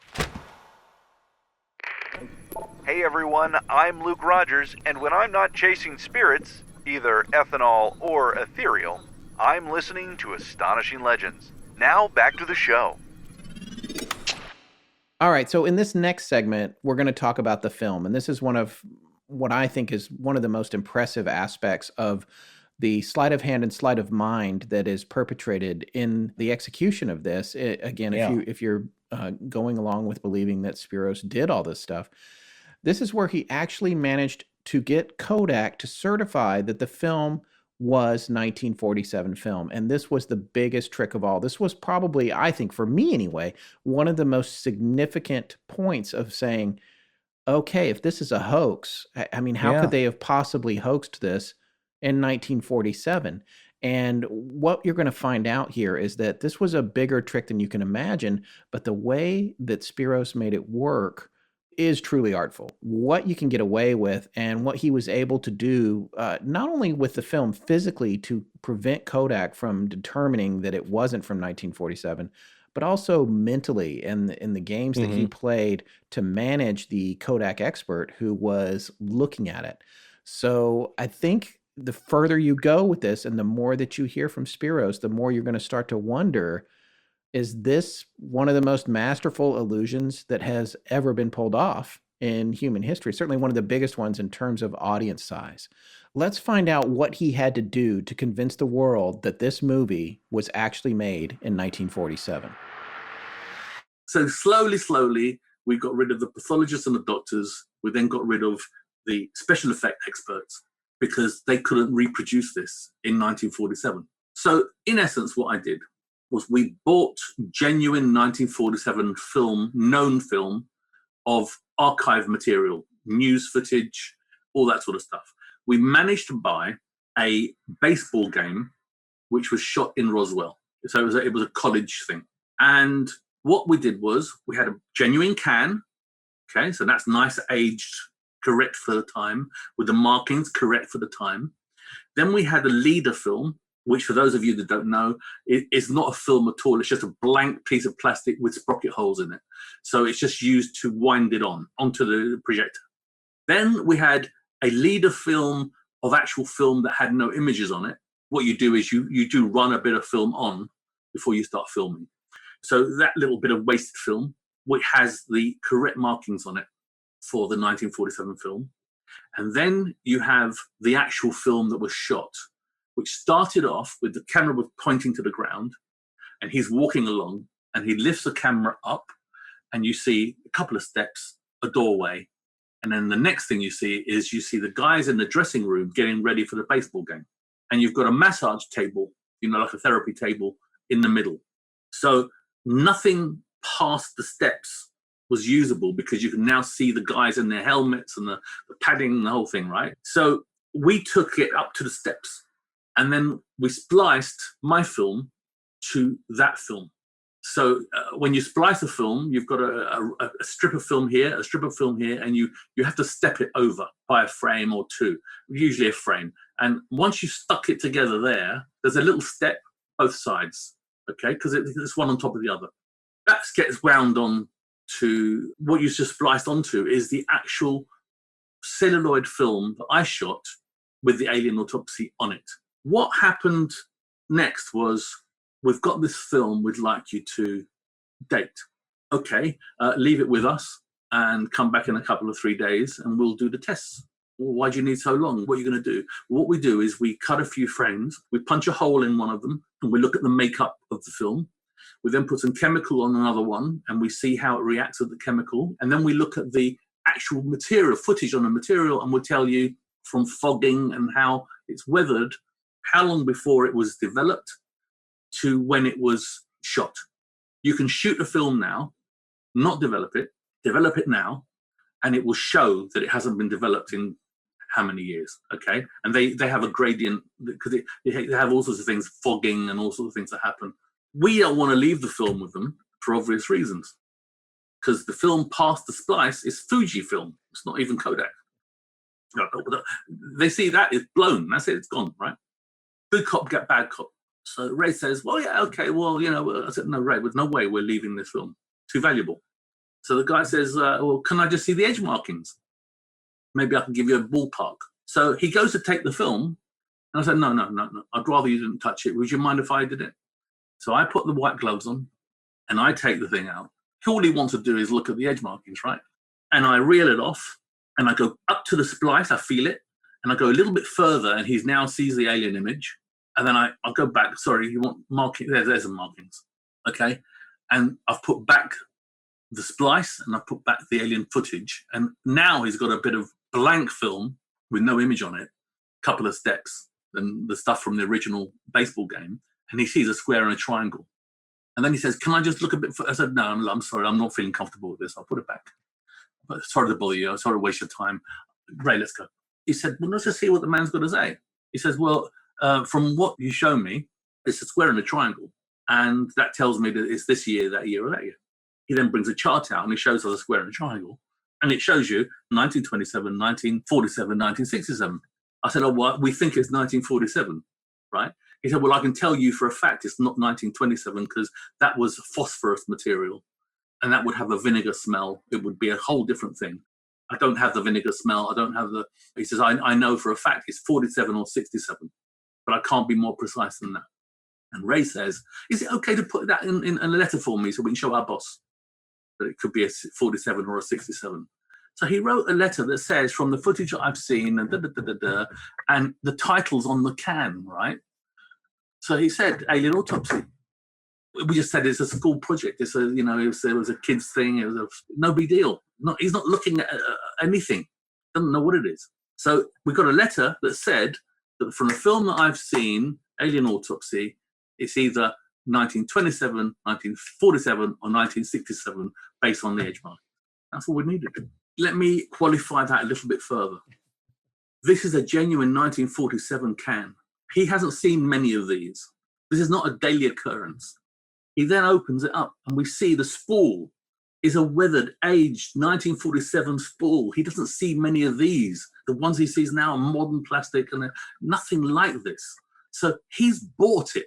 Then he sees a square and a triangle. You know what? He's got to be a genius of unbelievable, unprecedented levels to think these guys are trying to con me. Which is genuine, ordinary people coming in. Now, I'm being a little bit cagey because I don't want him to have the confidence to push, let me see that film. The same way that if you're doing a card trick, you don't want people touching your cards. If people go to snatch your cards because they think they've got the confidence to do that. But if you have an air about you, which is, you can't do that. They don't do it, right? And it's a very simple case of the authority there was, I was the head dog, not him. And he was working for me. And it's important to lay that out immediately. So you know what, Ray, let's just go, right? There's nothing gives you more power than I don't need you. Let's move on to another film expert, a guy called Bob Shell. He was the editor of Shutterbug magazine. I think it was called Shutterbug. He was in the UFO community. So he desperately wanted to be the guy who tests this film. So we meet him. I'm invisible at that time. In 1995, I don't exist. This is a film, came from America, so I don't exist. But I want to be involved, right? So I'm making a documentary about this film. So when people see me, I'm today making a documentary about a film from yesterday. At least I'm there. A few people came over for us to interview. And Bob Shell was one of those people. And what we did was, Bob said, I need some film to test. I need to go beyond the visual test. I need to actually test the makeup of the film. So what do you need, Bob? I need at least 3 frames. It's too valuable. Can't give you 3 frames to throw away because you're going to damage them and we're going to throw them away. He said, well, it doesn't have to be valuable film. It could just be something from the reel. Okay, well, we'll give you some from the trailer. Ray, we can always give you a little bit from the trailer, right? Yeah, okay then. So we cut off 5 frames from the steps sequence and make sure that those 5 frames have the square and the triangle on, because that's every few meters. It's not every frame. The square and the triangle happens periodically. So we found the section we thought, okay, this is boom, and gave him that film with a square and a triangle so he can now visually see it's a square and a triangle. And now he can do the chemical makeup as well. No image of alien on that film though, okay? He saw the film projected. He saw this film to test. So as far as he's concerned, it's real. So he goes away, he does the tests, and he goes on camera and he says, the film that I tested was shot in 1947 and developed soon after. And then somebody asked him, is it possible that this is 1947 film that somebody bought today and put images on today and developed it today? He said, no, because if this was the case, even if you had a 1947 film, which you kept in a lead box in a fridge, for all that time, there is what's called external exposure. So from radiation, you would get particles of the film exposing over the time. And when you film on that, that comes up as a cloudy, milky look, okay? And he said none of that was present. So no, because people think you can do that. You can buy a film from 1947 that you find somewhere, somebody's got a stock, and then you shoot it now, and then suddenly it's, well, you can do that, but it won't pass the tests. It will only pass the edge marking test. It won't pass the other tests. Wow. So that whole 16 millimeter film business, that was one aspect that made me wonder about this, because I knew about edge numbers, and my dad was actually designated as a combat photographer in the Army. Right. I mean, of course, this was before Vietnam, just by a couple of years. So he didn't actually shoot any combat, but had there been a war, that's what he would have been doing. So he was actually assigned, though, to shoot film and photographs of military transportation vehicles, all kinds of experimental stuff that I know you dig. The land train, right? Didn't he take pictures of that? Yeah, all kinds of weird stuff, and of course different things as well. But that's where I learned to work with 16 millimeter film, because he kept continuing to do that after of course he got out of the Army and worked in advertising and would shoot different things. And so I kind of learned about that from a very early age, and that's what was impressive to me. It's like, man, if they can date this film to at least, it was 1947, or it could have been from the era of, was it 67? Yes, it was 27, 47, or 67, but they knew it wasn't Right. 27 because it might have been cellulose nitrate or something. It was which was flammable and explosive in the early days of film. And so then they were like, it's either 47 or 67. And there was some reason that he says, I can't remember if it was in this last segment or later, one coming up later. There was a reason that they concluded it wasn't 67 too. They narrowed it down. So it became 47 because those edge markers, the square and the triangle, that's what they meant. They meant those 3 decades. So again, it's I was wondering about the techniques. Was he inspired by some of the techniques and tips and tricks that are used by document forgers? Because you and I, Scott, talked about this. It's like, well, they're going to date the paper and the ink and all that if you're trying to make a fake book or a forged document. And one trick they'll do is, of course, buy an old book of that era that they're trying to sell and cut the pages out and use that paper, because if that's dated, well, there you go. Whatever this is on comes from that era. Or they will also take the paper, burn it, and use the carbon to make an ink. So if the ink is tested, we might have talked about this in the Voynich manuscript series. Yeah. But everything that's going to be tested about that document, even if it's a hoax, is going to come back and test positive. And what I love about this is that once they got the sign off from Kodak, not a lot of other authorities initially asked for more authentication. That was enough for a lot of people. That's a good con man right there. It's brilliant because I feel like, too, I never dreamed that the analysis by the people at Kodak wasn't the entire roll being looked at everywhere. Right. But he forced, like you would say in a magic trick with cards, he forced them to look at this one bit, and he also postured them into feeling like they couldn't look at anything else. And on top of that, when he really pulled the masterful stroke, and it's just like in the movie The Grifters, if anybody's ever seen it, such an outstanding film. Right. But there's the one scene when they're pulling this big con, and JT Walsh is like, well, we got everything right here in this back room, and it's an empty room. He's like opening the door full of wires, yeah. Yeah, and he's trying to convince the guy they're trying to get all the money from that they've got all these servers in there or something like that. And there's nothing in there. Yeah, he was really pushing it too. Yeah. I mean, he could have been caught right there if the guy said, yeah, let me take a look. He's like, but he was like, come on, take a look. Come on. The guy's, no, I don't need to. No, really, come on. He was really pushing it. Yes. What I loved also is that it's stage magic. I knew exactly what he was talking about when he talked about, he spun the film out, and with his finger, he felt where the splice was. Right. And then he covered that part up. That's such basic sleight of hand magic there. I'm going to give away a secret now. The rings where people join the rings. And again, I don't mind giving this away. That's actually done because your hand is covering up the open space in the ring. I used to love to do the ring trick. That was my favorite. The ring trick. And when people, I was a kid. Yeah, you love it because it's like, how is that possible? Those rings are solid. I'm clanging them together. No, you're slipping the ring through the hand, and what you don't see, you buy it. You sign off on it. Like, well, I guess they're solid.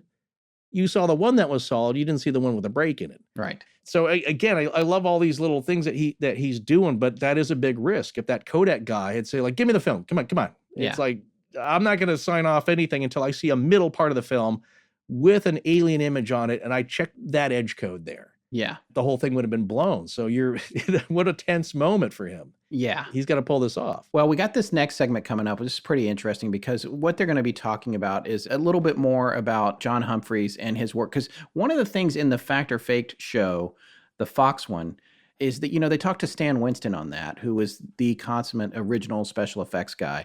And I actually worked on a commercial with him once myself. And just unbelievable. I think I brought that up before. It's where the horses kick the football, the Super Bowl. Yeah.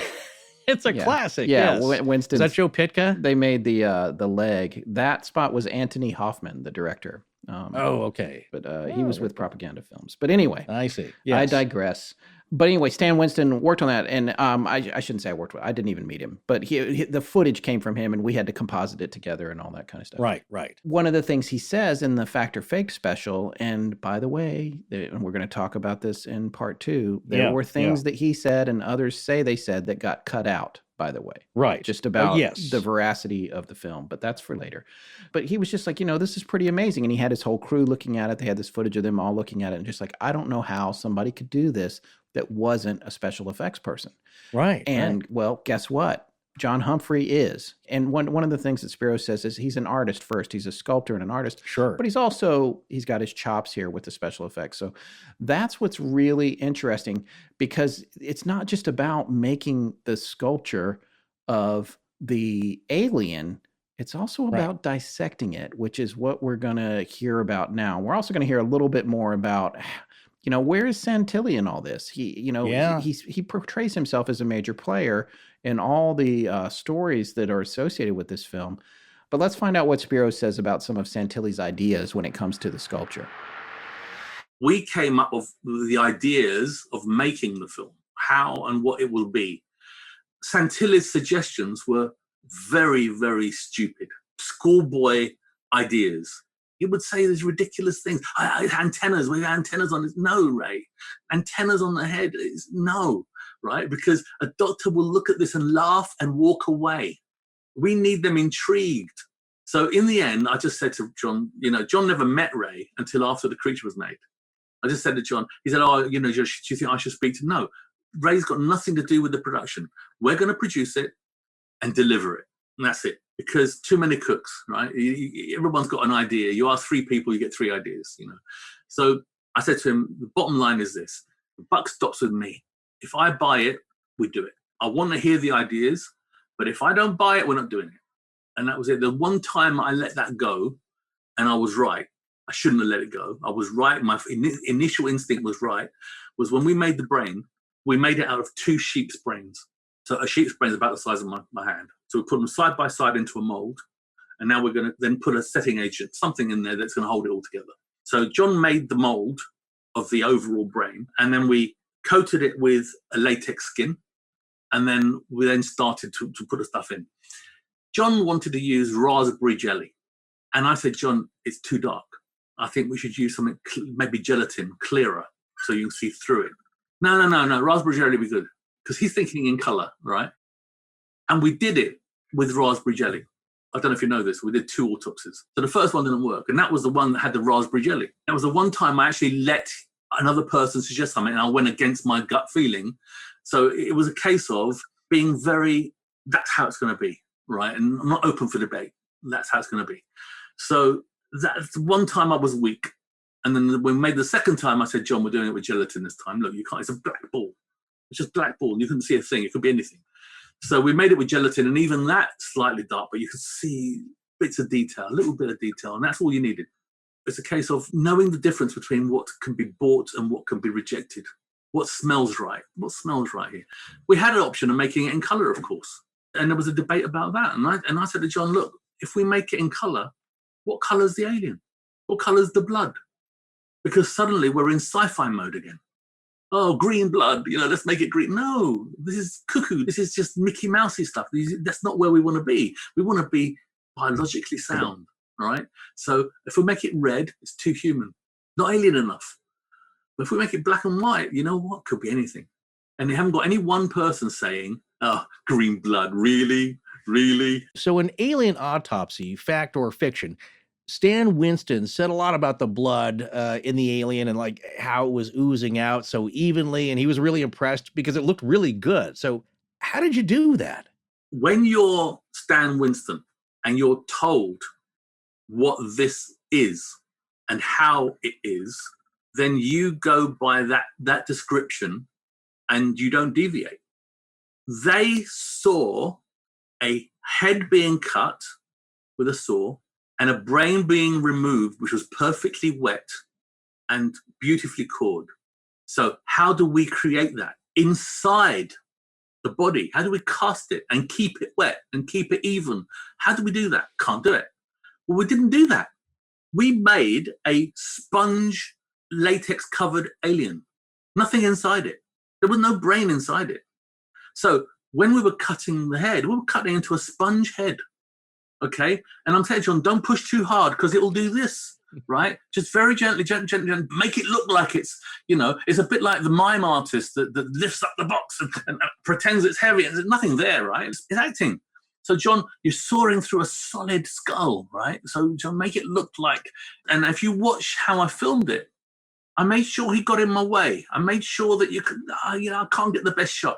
So if he did make a mistake, if the head did move too much, you're not going to see very much. Now, here's what I need to do, is I need to do each shot and make it last 3.5 minutes. Because each 50-foot reel of film I was using lasts about 4 minutes, okay? So I'm going to waste a little bit at the beginning, waste it 3.5 minutes. So I'm going to come to an end of a reel. So we manage it to come to the end of the reel when the head's been cut. Now I haven't got a problem of continuity. because I'm filming it like a lunatic. It's not a locked camera. If it was a locked camera on legs, the minute you cut and start again, it does that, right? It moves. And it's, okay, there was a cut there. So it was filmed the way it was filmed so that I could edit it later. So without looking like it's been cut and edited and it makes sense. 50-foot rolls of film, every 3.5 minutes, 3 minutes.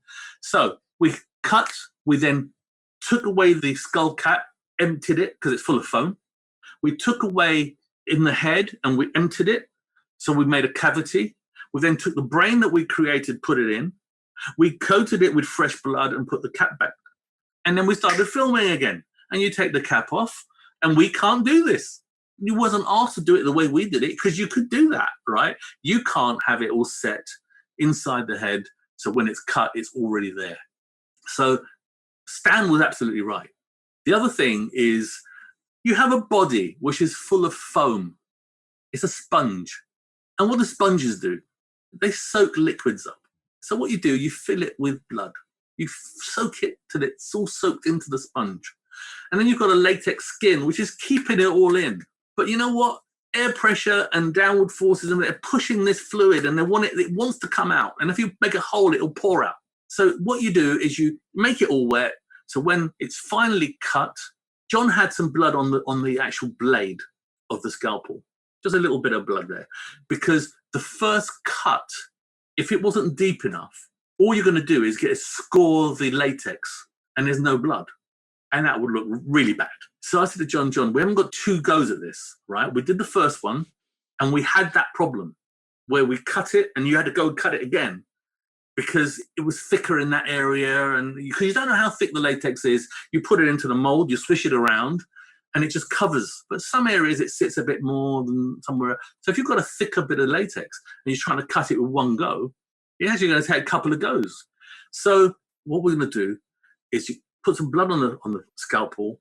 When you put it up to the neck, you tilt it ever so slightly, so it's now running off the blade, and you score, and you try and cut the skin. If there's a place where it doesn't go through because it's too thick or you didn't do it the first time, the blood's going to roll off your blade into the groove you just cut and look like it's cut. And then you're going to carry on. When we get to a place where we can cut filming, we'll go back and then cut it a few times and actually make a cut so the latex is broken, right? If it breaks the first time, we don't need to go back. But that's how we had to do it.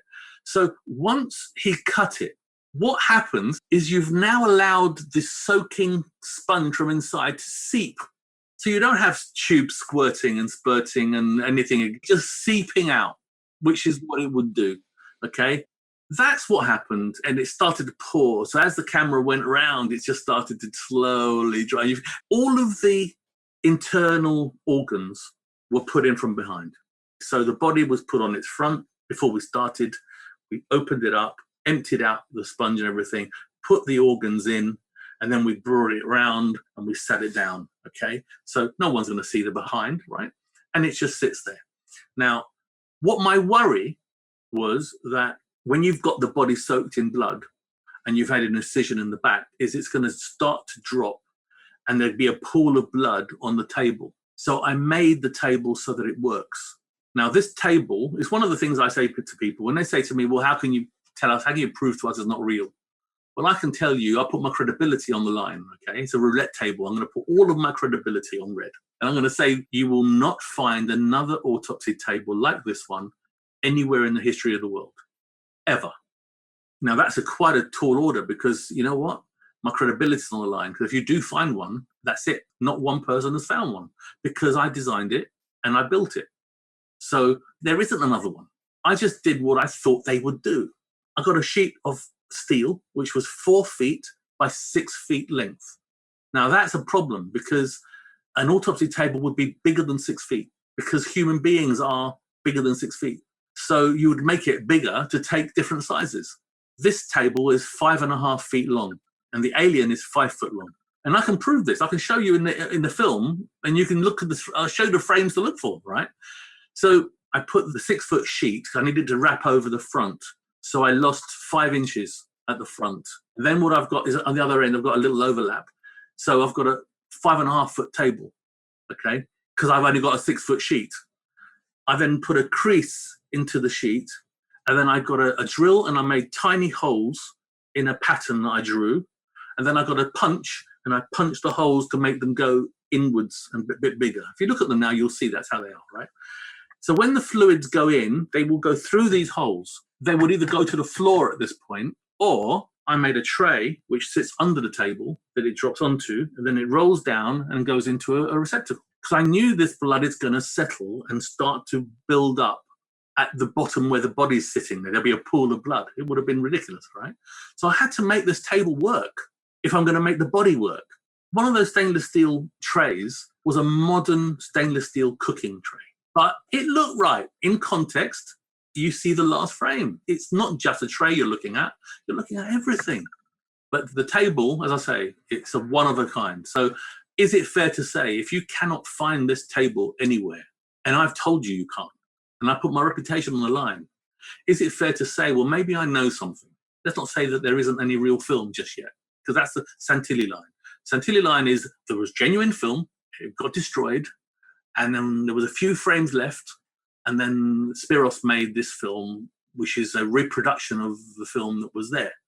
If that's true, any frame that has that table in it has to be my reproduction part, right? And let's go a bit further. The suits that they're wearing. You will not find those suits anywhere in the world. So they are unique because I designed them and we made them.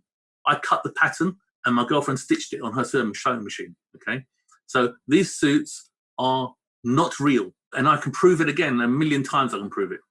The visor is too small. You can't work with that little visor.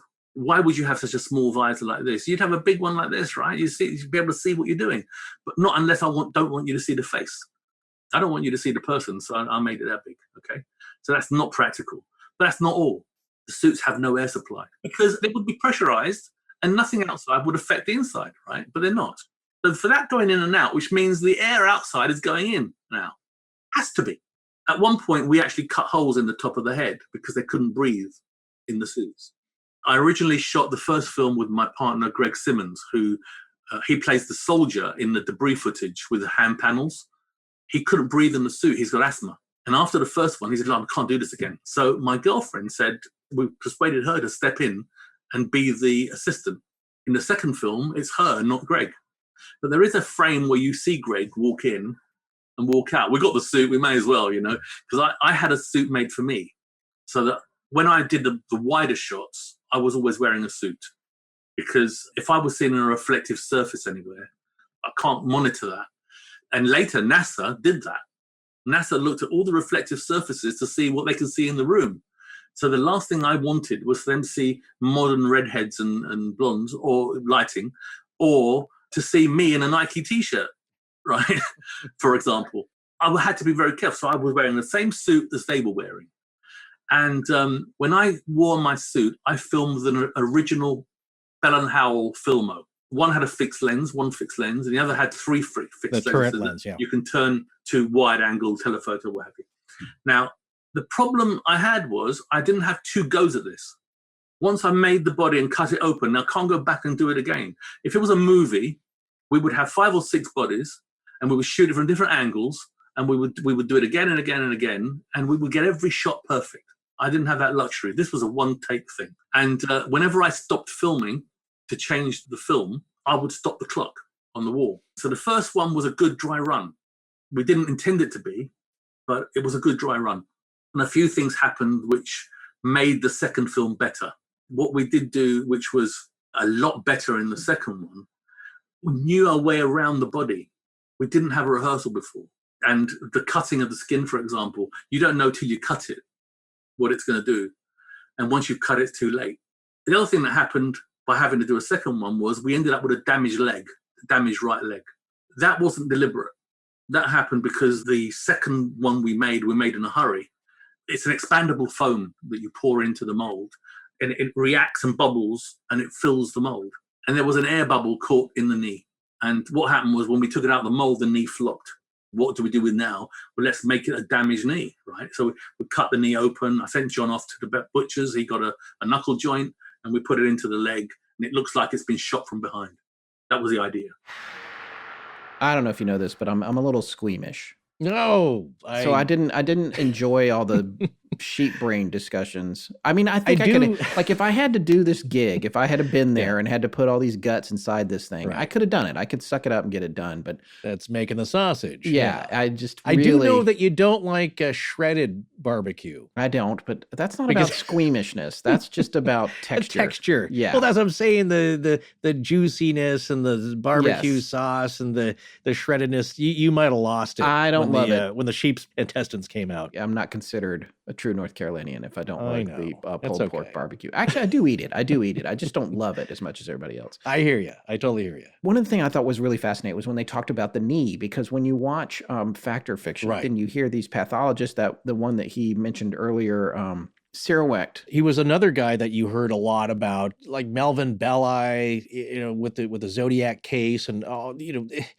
that's another nod to that era, is that these people that would pop up in popular culture and on television especially, we weren't so tired and jaded of all these names. They were kind of famous. Now, half the notifications I get for entertainment stuff, I don't know who these people are. So there's too many of them. A good half of you are going to have to go away because I can't keep up. That's another thing. It's like, I knew that name. It's like Sirowecht. Yeah, he's weighed in on some big cases. Look, he's not coming out and saying, definitely an alien. He's just saying, like, look, this does not look human. That's what I know. And the procedures seem to be fairly authentic, that if these people in the suits on the film aren't pathologists per se, they may have had some surgical training. Yeah, and of course, Mr. Wecht or Dr. Wecht probably, I don't know, he may have later maintained after it came out that it was a hoax. He may have been another one of the ones that said, hey, when we were in there, I said it was a hoax, and they cut it. So, like, Yeah, absolutely. everyone can easily say that, I guess. But Sure. Dr. Wecht said the injury wasn't consistent with blunt force trauma. Right. And that it seemed like another kind of injury, like being close to a missile or something like that, which is so great. impact. And when Spiros talks about that, and it's like this all plays together. But the reality was that all came from an accident with the expanding foam. Exactly. Which is like they turned something that could have been like, oh my God, we ruined this one. They turned it into something. They went and got that bone from the butcher and shoved it in there, and it's pretty convincing looking. I mean, it's enough to kind of make you go, ooh. Part of it is that you look, you don't want to look. It makes you squeamish. You can't look away. It's a happy accident. Yeah. And that little thing right there spawned much more discussion.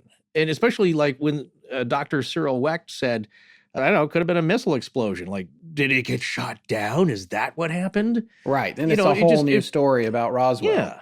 Yeah, that's what I'm saying. It fuels more speculation. But these are two separate stories. Roswell and what really happened in 1947, and what you see at the beginning of Alien Autopsy, Fact or Fiction. Those are other eyewitnesses of the real incident or something that happened.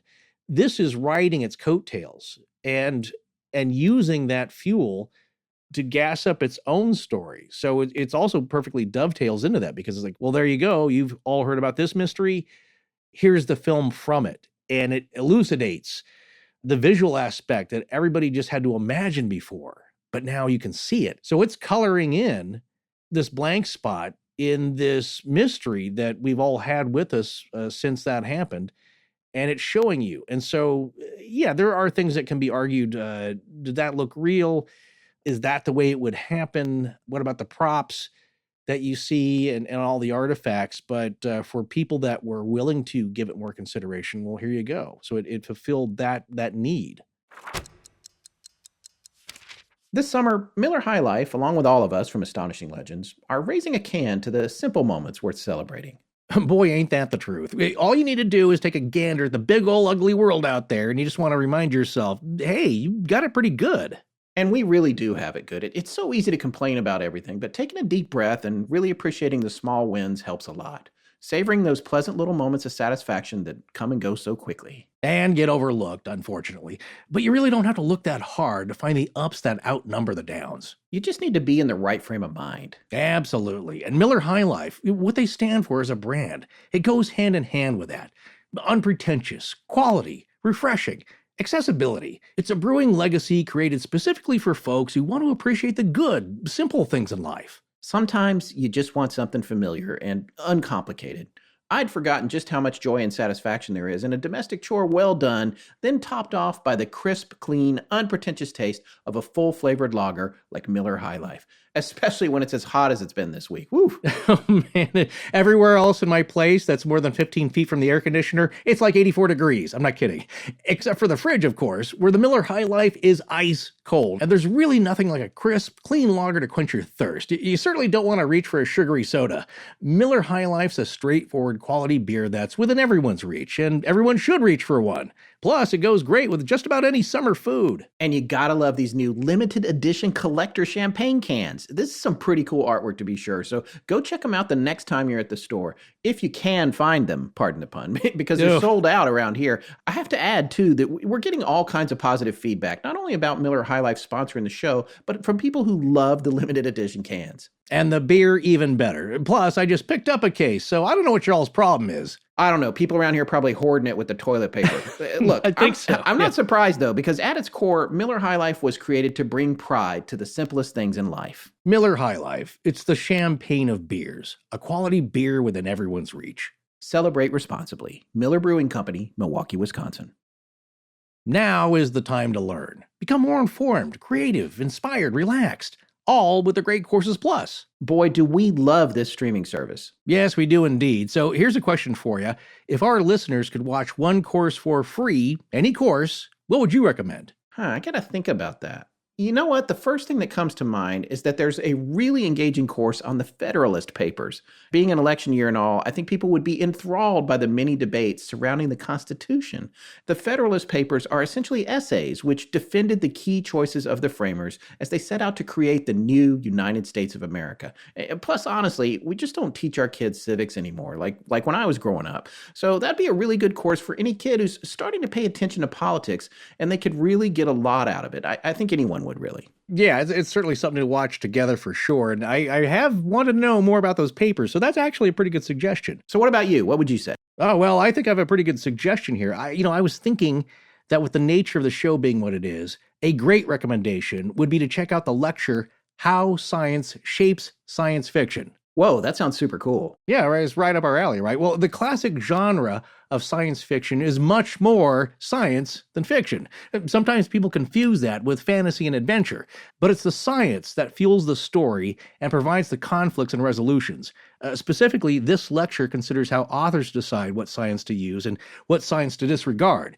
And it talks about the world known as the Galactic Commons, which was created by Becky Chambers, and also talks about Larry Niven's 1973 novel Protector. Chambers explores all kinds of cutting-edge science as part of her tales, like the study of algae to create biofuels and anti-gravitational systems. Really cool stuff, and it's all grounded in actual research. And Niven's novels tend to use hard science, and his stories revolve around physics a lot. So, I mean, you can get totally lost in this stuff, and it really is one of the best series I've enjoyed. Well, if these two topics interest you, now's the perfect time to sign up for the Great Courses Plus. And here's why. Our listeners can check out any course or lecture for free today. Yep, that's free access to their entire library. With thousands of lectures on almost any topic imaginable, from the depths of the ocean to the history of Egypt to the study of DNA, there's something for everyone to enjoy. So, don't wait any longer. Sign up today using our special URL to start your free trial at thegreatcoursesplus.com/legends. That's thegreatcoursesplus.com/legends. Hi, I'm Hoover, and when I'm not editing my Transformers podcast called 4 Million Years Later, I'm listening to Astonishing Legends. And now, back to the show. All right, we're getting down to the nitty gritty here. This next section is about the props. And honestly, I just have so much respect for how this went down. Like, this is a lot of work. And it's one of the things that Spiros said in the course of our interview. I can't remember exactly where, but he was like, this isn't just about the alien. Right. You can make the alien. It's actually might not even be that difficult to make the alien. But what about everything else? Everything you're seeing on camera, the phone, the suits the people are wearing, the autopsy table. So the thing about this phone is, and I think this was in the BBC show, The One, there was a short segment that we have. We'll have a link to that, where they talk about this, and it may have been in some other places too, but the thing about it is that yes, you could get this phone in 1947, but not as a consumer. It was available though and in use by the military. And so what's so great about this, and this comes back to Spiros's approach to all this, is like, all right, here's this thing. We know people are going to try to sleuth this. They're going to try and track all this stuff down. And when they track this phone down, not only will they find that it was there that year, but that it was restricted to military use. And it confirms that path of belief that this is a military operation. This is a military autopsy that's happening because there's that phone. It can't just be somebody's house. It can't just be a set. It's another part of the con because you can't make it too obvious, like, writing on it, the 1947 government phone or Army phone. Is that what he knew is that you might have some people objecting, saying, well, okay, my grandmother didn't have that phone in the 40s. Like, that's not possible. But if you did the research, you could find out, like, no, it is possible.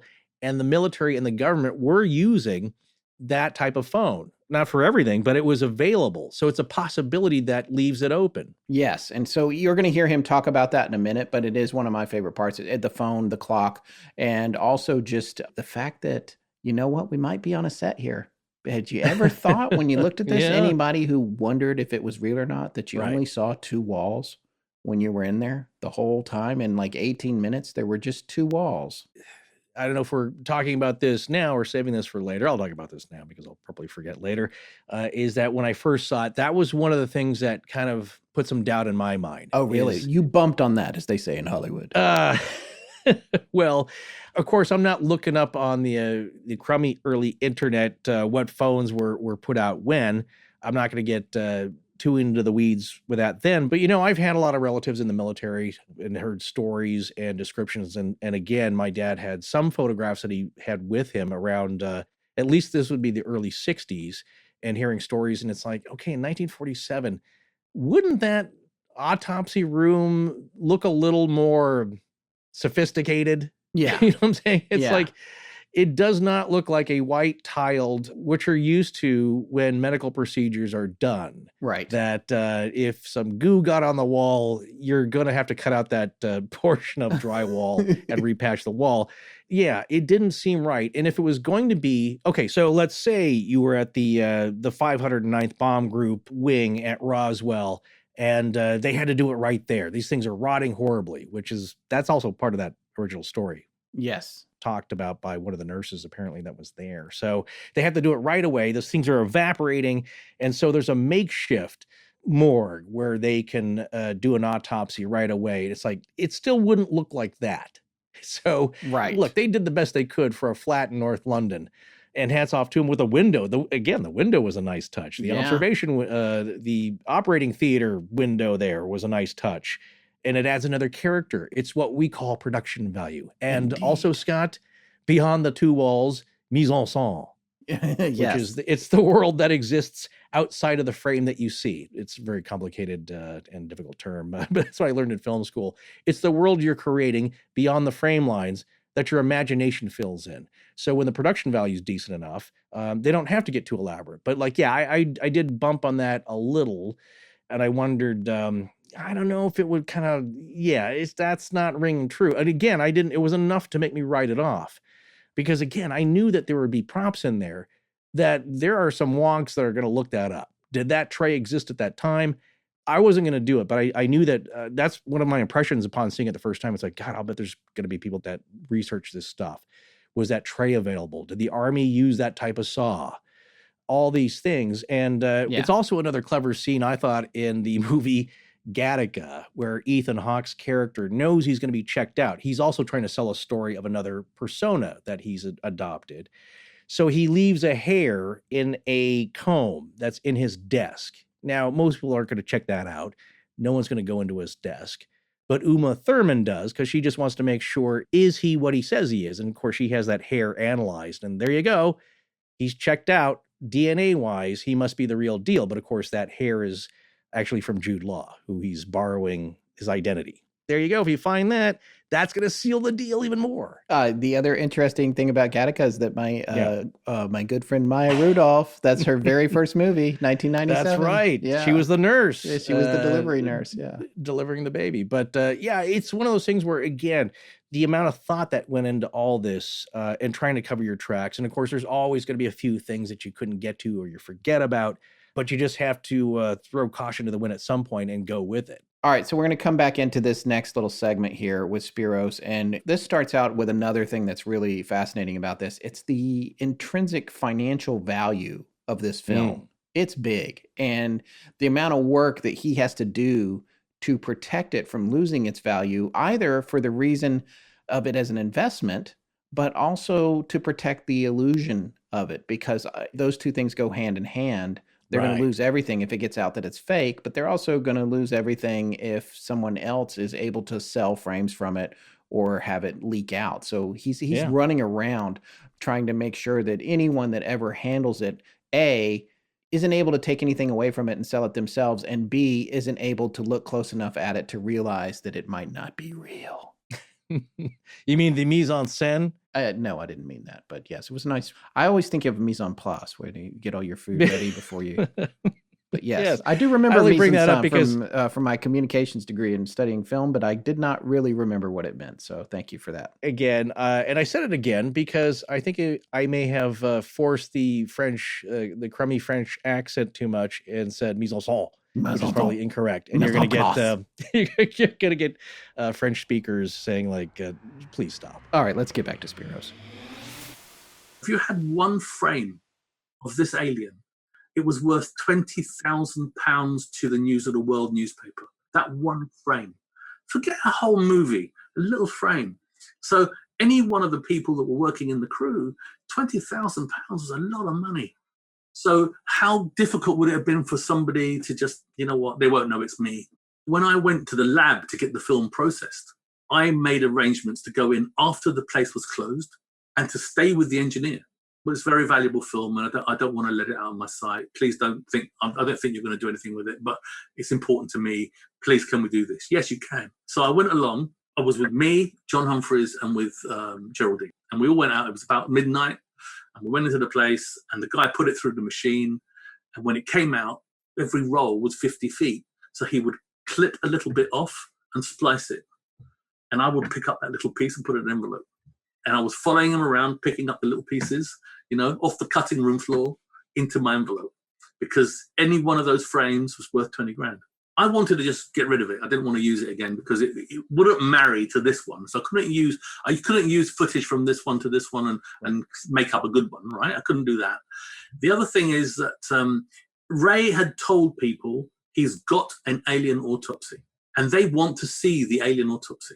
And we were working to a schedule and it was going to be delivered on a certain time. And it didn't work. I've got to film it again. So he's now saying, but I've got these people coming and I've got to show them the film. I'm going to look like an idiot and we haven't got any more money. So how are we going to do it again? I said, well, I'm going to pay for it and do it again. It has to be done again. And I did it off my own back. He then said, look, I've got to show them something, because all he had was a tent footage that was already blown out of the water, right? So he had to show them something. I said, Ray, listen, if you show them this film in any length, they're going to catch you. It's not right. So I said, you can only show segments. And he did show the film to a few people, of which Philip Mantle was one. Another guy called Maurizio Bata, I think his name was. He's seen it. What did it for Philip Mantle was when Philip Mantle met me, he thought the film was real. It had credibility. And when he met me, I showed him an awful lot of stuff, a lot of our research. He knew my name because my name was mentioned to Bob Kiviat, who made the Fox program. So my name was already in the mix. When I appeared, he knew of me. Then what he did was he didn't volunteer that he'd seen a film in Santilli's office. So for me to be able to say to him, well, we shot another one, and then I described areas of that film that he'd seen. And he said, well, I saw this film. And I told him things in that film made it obviously, because had I not done that, wouldn't it be the perfect thing for Ray to do is to say, well, this is the original film and this is the fake film. And look, this is different from that, but it's similar. And he could have used it, right? But because I've described it before, and I've got a few frames of it, a few bits of, not a damaged leg. And the reason it's got a damaged leg and all the other little bits and pieces, I know too much. That's the problem for it to be anything else. So the question is this: if this is a genuine film and there are real frames within it, let's suppose it's fake and there are real frames within it, it's fair to say that we can eliminate every frame that has an autopsy table on it. It's also fair to say we can eliminate every frame that has the suits in it.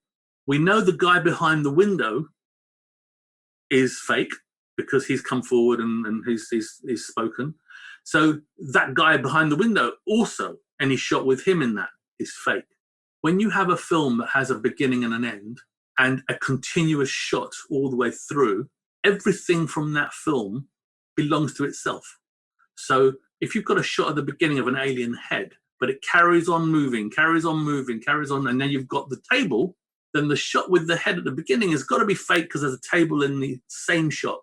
There's no cuts, no edits. If you do this exercise and go through the film, you will end up with shots of flashes, nothing else, just white flashes, which you don't know what they are. So are they the real film? Are the white flashes the actual genuine real film? No, there is no real film. I have asked Santilli openly through newspapers as a challenge, show us the real film. Didn't show us any real film. Okay, show us the real frames within my film. And I'm telling you, I'm the only one that ever edited this. But if there was any genuine film within this film, somebody else other than me must have edited it in. So let's talk to that person. He or she can tell us where the frames are, right? You know how it is.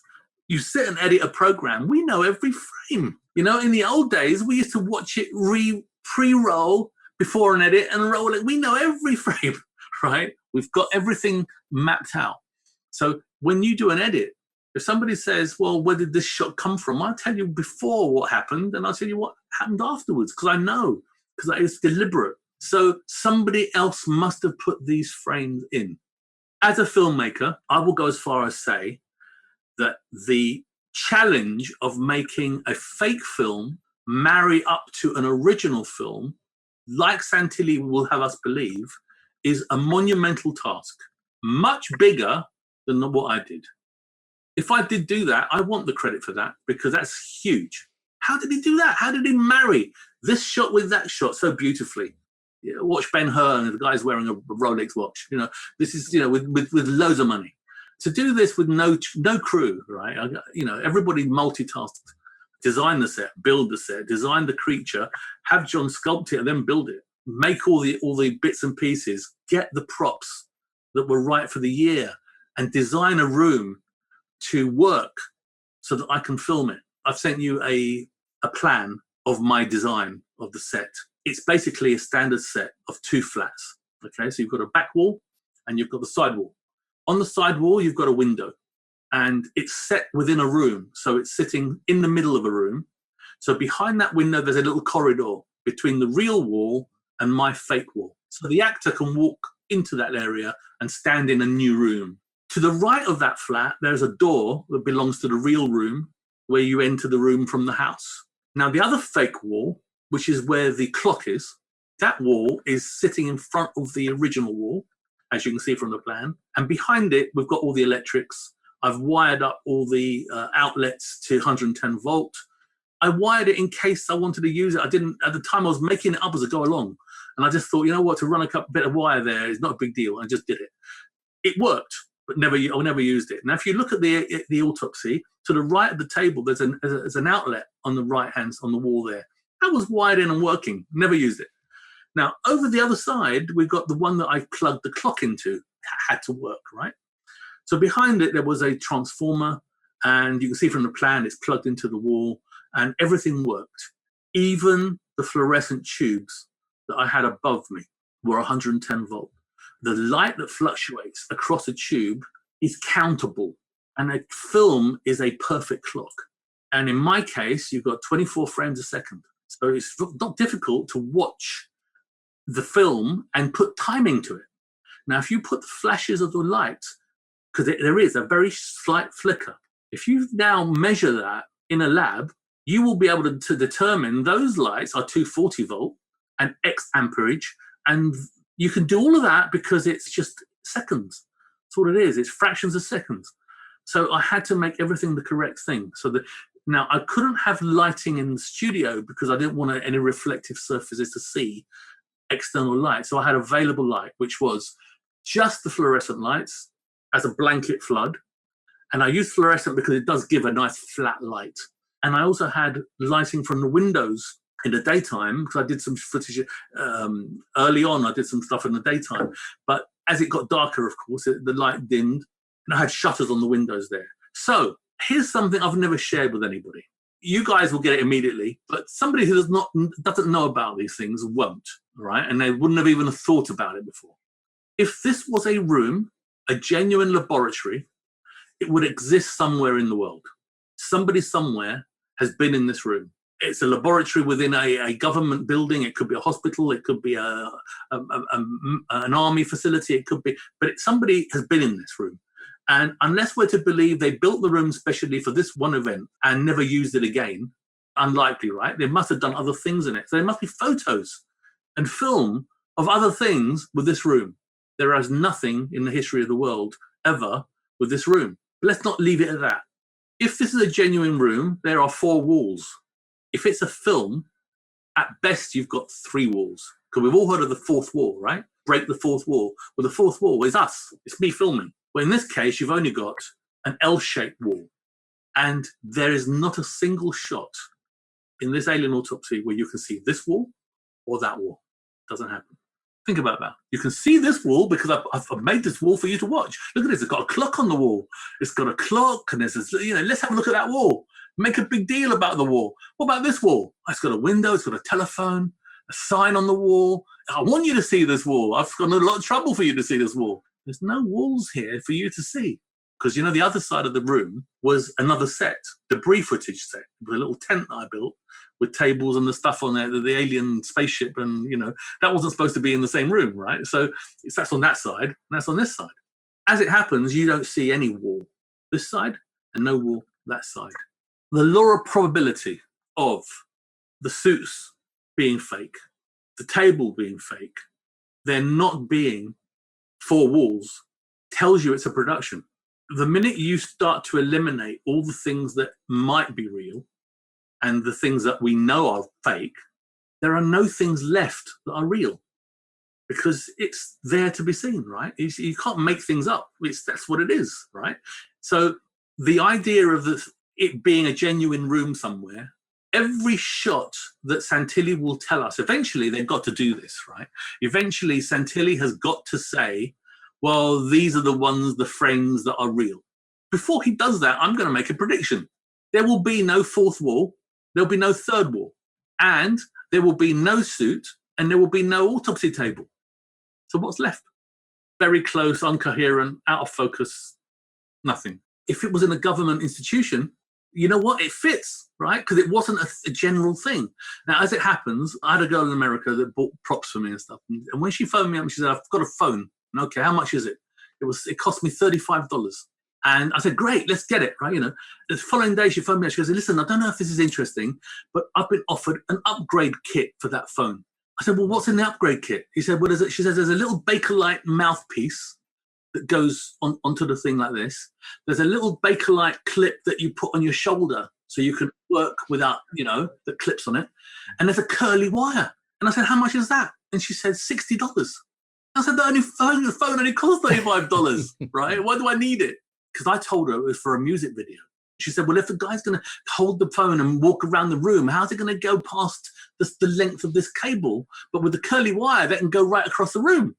And I thought, well, you know what? A surgeon would do that because they're taking notes. They would want to be able to travel. The fact that they wouldn't have a phone in that room is irrelevant for our purposes because I'm going to shine a big spotlight on it now, okay? You're in an environment, you're wearing a suit because you don't want to catch the germs and you've got a phone with an open mouthpiece. Give me a break, right? But it smelt right. It's back to my granddad, right? If it looks right and you know what? Go with it. If it feels right and it looks right, go with it. And that's one of the things that looked right, smelt right. The other thing was I was concerned about sound on the camera. I didn't know. I honestly didn't know. Did they have sound on that 16 millimeter film at that time? Could they have sound? Or would they have an external recording source? And I thought, no, you know what? I would want to record. If I was doing this and I was a professor of whatever and I wanted to analyze this to death, I don't want to miss the bits when you're changing film. I want to hear everything, right? So I'm going to record the whole lot so that I can play it back, irrespective of what's on the film. So we put an external microphone hanging from the ceiling, which is correct for the time, as insinuating that it's doing one of two things, or if not both. It's recording what the doctors are saying in the room. Oh, look, it's got a crystal on the heart. Never seen that before. You don't know what they're saying, right? But the other thing it could be an intercom microphone, so the other guy behind the window can hear what they're saying, so they can talk to each other. It worked both ways. And I thought, okay, we're not going to explain it ever. Just leave it there. Leave it hanging. Let them decide what they want it to be. Got a guy behind a glass window. Why is he wearing a mask? Because I don't want you to see his face, right? Now, if I don't mention that, you're thinking, well, medical procedure, everybody's there. Of course, he's got to have a mask on. He's behind a window. But you're not going there. You're not going there because you want to buy this. You want to see an alien. You're looking at the alien. You're looking at the whole. You're not looking at his mask. It's not important. But it is important to me because if I had the real guy there, you'd see him and then his friend will see it and say, oh, it's Gareth. Right? Yeah, right. So there's too many things that tells you this doesn't make sense.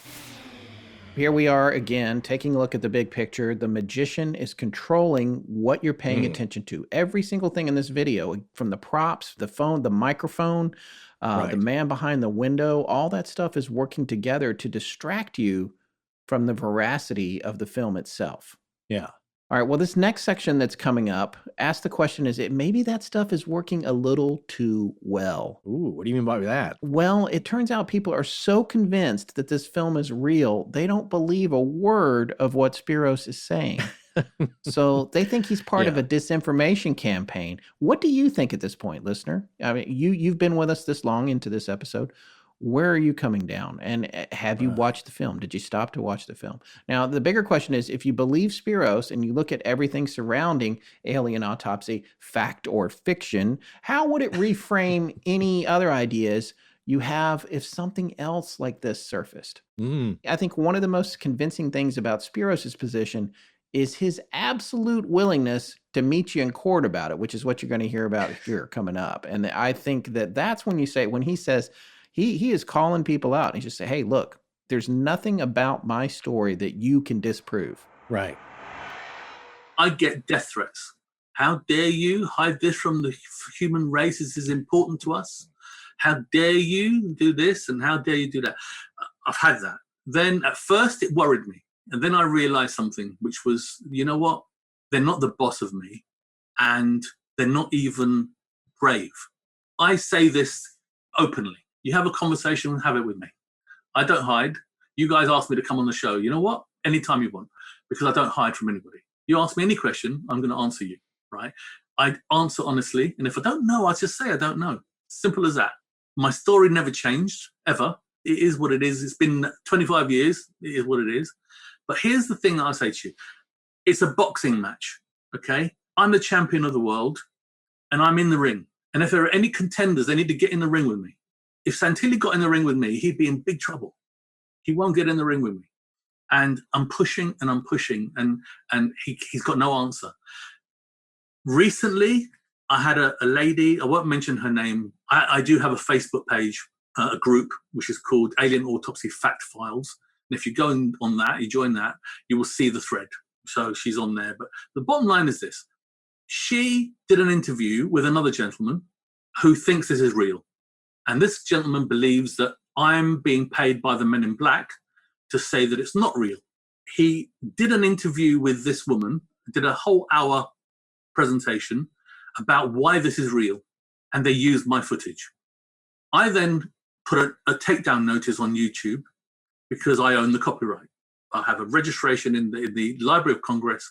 It's my film. I own the copyright to the fake cameraman's interview that we did, the debris footage, the Alien Autopsy, the design, everything. It's mine. Now, I then said to this lady, you've been duped. It's not real. And I wouldn't mind, but I'm being defamed within your film because you're saying I'm a liar. So I know you don't know, but it's not true. So I've given it a takedown notice. I'm happy to talk to you. If you want to talk to me about it, ask me anything you want. I'm happy to talk to you, but it's my material. It's a commercial film. It's not an archive film. It doesn't belong to anybody. It's mine, okay? And for the record, I've never charged anybody for the use of my film. Not once have I ever said, if somebody asks me and I feel what they're doing is fair, I've never once said, pay me. And in fact, if I've not let somebody use it, they don't not use it. And if I've let someone use it, I've never charged them. So this is important. You know, I'm not here to make a buck. I'm not doing that. Because otherwise my credibility would be slightly tarnished because people would say, oh, he's in it for making money. You know, he would say that. But I'm not.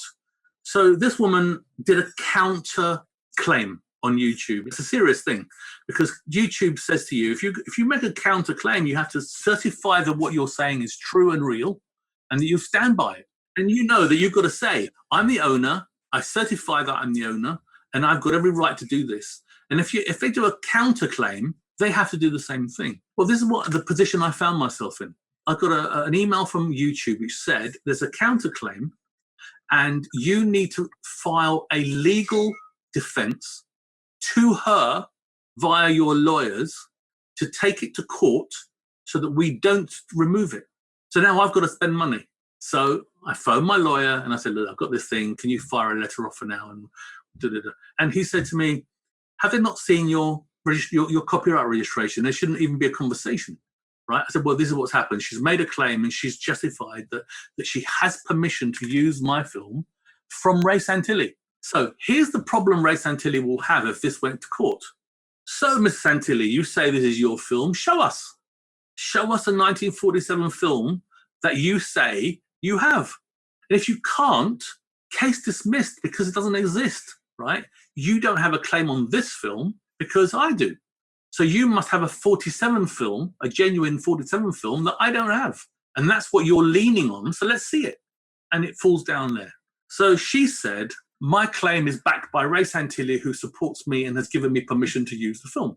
So we fire off the letter and Santilli backs off. This happened 6 weeks ago. And Santilli didn't back her, right? Where he said, you got permission to use it. As soon as it hit the fan, he's no longer there. He's not reliable anymore. And I said to her, can you see you have no one to lean on now? They've put you up, they've set you up, and I can sue you now. I can sue you, and you have to then sue ghosts. And I'm not going to sue you. I said to her, but I need you to remove what you're doing, and I need you to acknowledge that you made a mistake. I can't leave it be because the other guy who thinks it's real thinks that he's got a right for you to use it. Well, I won't use it, and I hear what you're saying, and all you had to do is tell me. I said, no, but you're the one that issued a claim, right? I did tell you, and you didn't remove it. I then made it remove it, and then you came back. You want the fight. All right, so it seems like Santilli is pretty good at protecting this project and the idea of it. He's keeping his cards very close to the vest. But yeah, he's very cagey, I think it's fair to say, about this. And he's, at this point, made literally millions of dollars off of it. But to Spiros's point, when it comes time to stand up in court and prove the film's authenticity, he always seems to back down. Or with like a lie detector test challenge. And something that kind of points to that comes up in the, it's a point that's highlighted in the British television show Eamon Investigates with Eamon Holmes, which is an investigative journalist documentary television show. I made a note here about something similar. So in April 1995, Ray Levine, who was the features editor for News of the World at the time, and that would be his time there would be 1995 to 99, he meets Ray through one of his reporters about Ray's story, that he had some impossible, sensational footage, and they had to see it. Of course, News of the World, like the National Enquirer, very interested in UFO stories, as well as their readers are. So this gentleman, Ray Levine, says, other newspapers at the time, he was shopping this idea around. He said that they had offered about 30 to 40,000 pounds for exclusive rights to this. but they were going to make as much money as possible. It's understandable. And so other newspapers had offered that sum, but Levine says that the News of the World, they prided themselves on offering more, topping other offers. So they offered £50,000 to see the tape. And the way that Ray Levine explains this in the clip, and we'll have a link to this because it's a pretty decent, I think, overview investigation for a television documentary. At least it shows you from Ray Santilli and Gary Shoefield's perspective what they went through and what's examined, what comments of theirs are examined.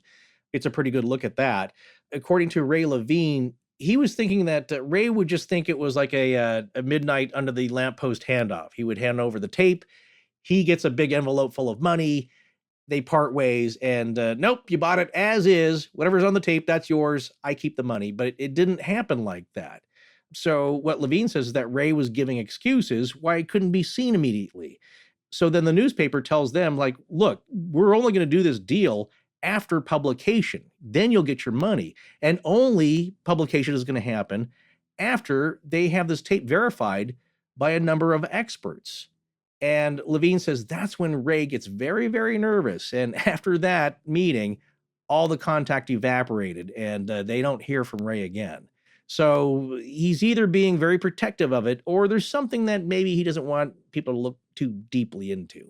All right. Well, as we wrap this up for tonight and part one of this series, we have to ask this question.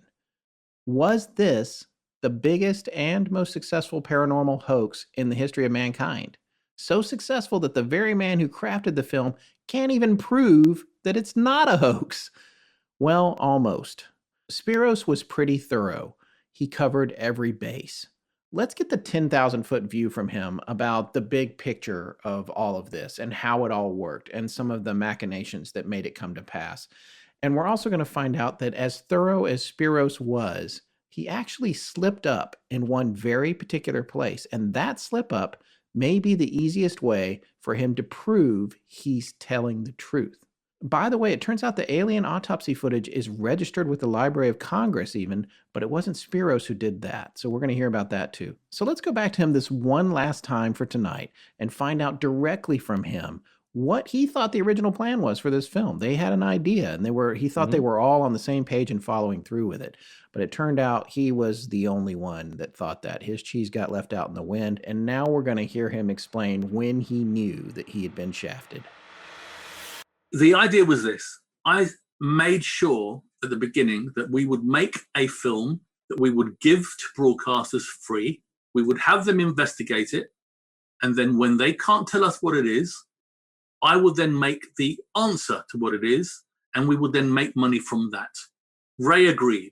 So what he did, he gave it free to Channel 4 in the UK. What I'm telling you now is important that you know the real situation because there is no reason why he would give it for free to Channel 4 if I'm not telling the truth, right? So he gave it to Channel 4 for free. This is on the record. You can check it, okay? Channel 4 made a documentary about it, and he was now able to go to Fox in America and say, we're making shows in the UK about it. They're taking it seriously. Why don't you? And sold it to them for $300,000 on a repeat. So it wasn't a case of forever. They could have to pay again if they want to repeat, right? And he kept home video rights. And he kept a load of stuff, right? So it was an ongoing money-making machine. I'm not to know about this. I'm in England, I haven't got a clue. I don't know they've done this deal. I don't know that. The first I heard about it was, good news, Fox is making a special about it. Well, that's good because we can't go public until Ray has recovered his original money. Now, the original money was borrowed from Santilli from a guy called Volker Spielberg, a German producer. Now, Volker said, I'll give you the money, but I want it back. I'm not playing here. I'll give you the money, but I want it back. Ray said to me, look, Volker will give us the money. Now, bear in mind, the budget at the time was about £70,000. That's what it would cost. If you came to me and said, how much do you want to make this? Ray said, there's no way we can get anywhere near that. So I said to him, Ray, let's do it 50-50. I'll pay half, you pay half. Because I've got my crew, I've got my whole thing. So basically, I'm going to do all my stuff I'm going to do free. So 50-50. If you get about 30, 35,000, we can do this.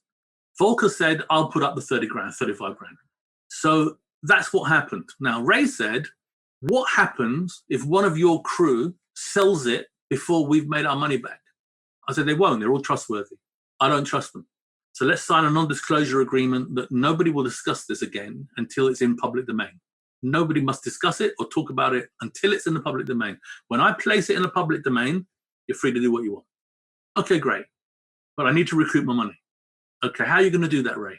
What I'm going to do is I'm going to make a souvenir VHS tape, and I'm going to sell it to enthusiasts as the collectible thing of the autopsy. And he was charging at the time, if I remember correctly, £50 for a VHS tape. So $75 for a VHS tape. A lot of money. But he had to recoup his money, right? So I thought that's what he was doing. He was selling the VHS. He recouped over and over again with the Fox program. But he didn't sell us, he got paid there.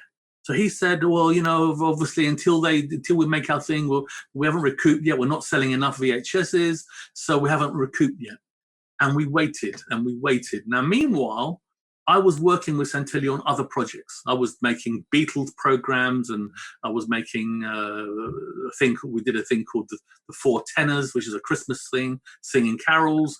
He was on my payroll. He was making me money on another level. And we became friends. I had no reason to disbelieve him. And at the same time, he was keeping me in food. So I was making money. So it wasn't a case of sitting here waiting for this to come to fruition and no one's making any money. So I let it go. You know, we haven't made enough money. The bell started to ring when I was in Hong Kong one year. And I saw it on TV in the hotel room in Hong Kong in Chinese. And I said, Ray, I think the phone number. It's on Hong Kong. It's on television. Oh, they're bootlegging it, and no one's paying for it. And I said, well, why don't we sue them? And he said, it's a military film. We don't own it. How can we sue them? They think it's a military film. If we tell them we're going to sue them, I said, game's up, right? So, okay, what we're going to do? We'll just wait. Let's keep our powder dry. We'll wait and see what happens. And we'll as soon as we break even, we'll make the documentary, and then we'll start making some money. In 2005, Ray and Gary alerted me that there was a movie on the go. We've been offered a movie. What do you think? Should we do this movie? And I said, how much are they paying us? And he said, no, we're doing it for fun. And I said, so we haven't said anything about this film for 10 years. We're out of pocket 70 grand, and we're going to give it for fun to a major movie, a feature film.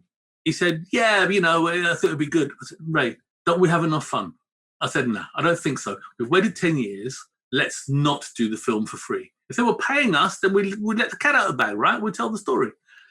Anyway, they left my office and did it without me.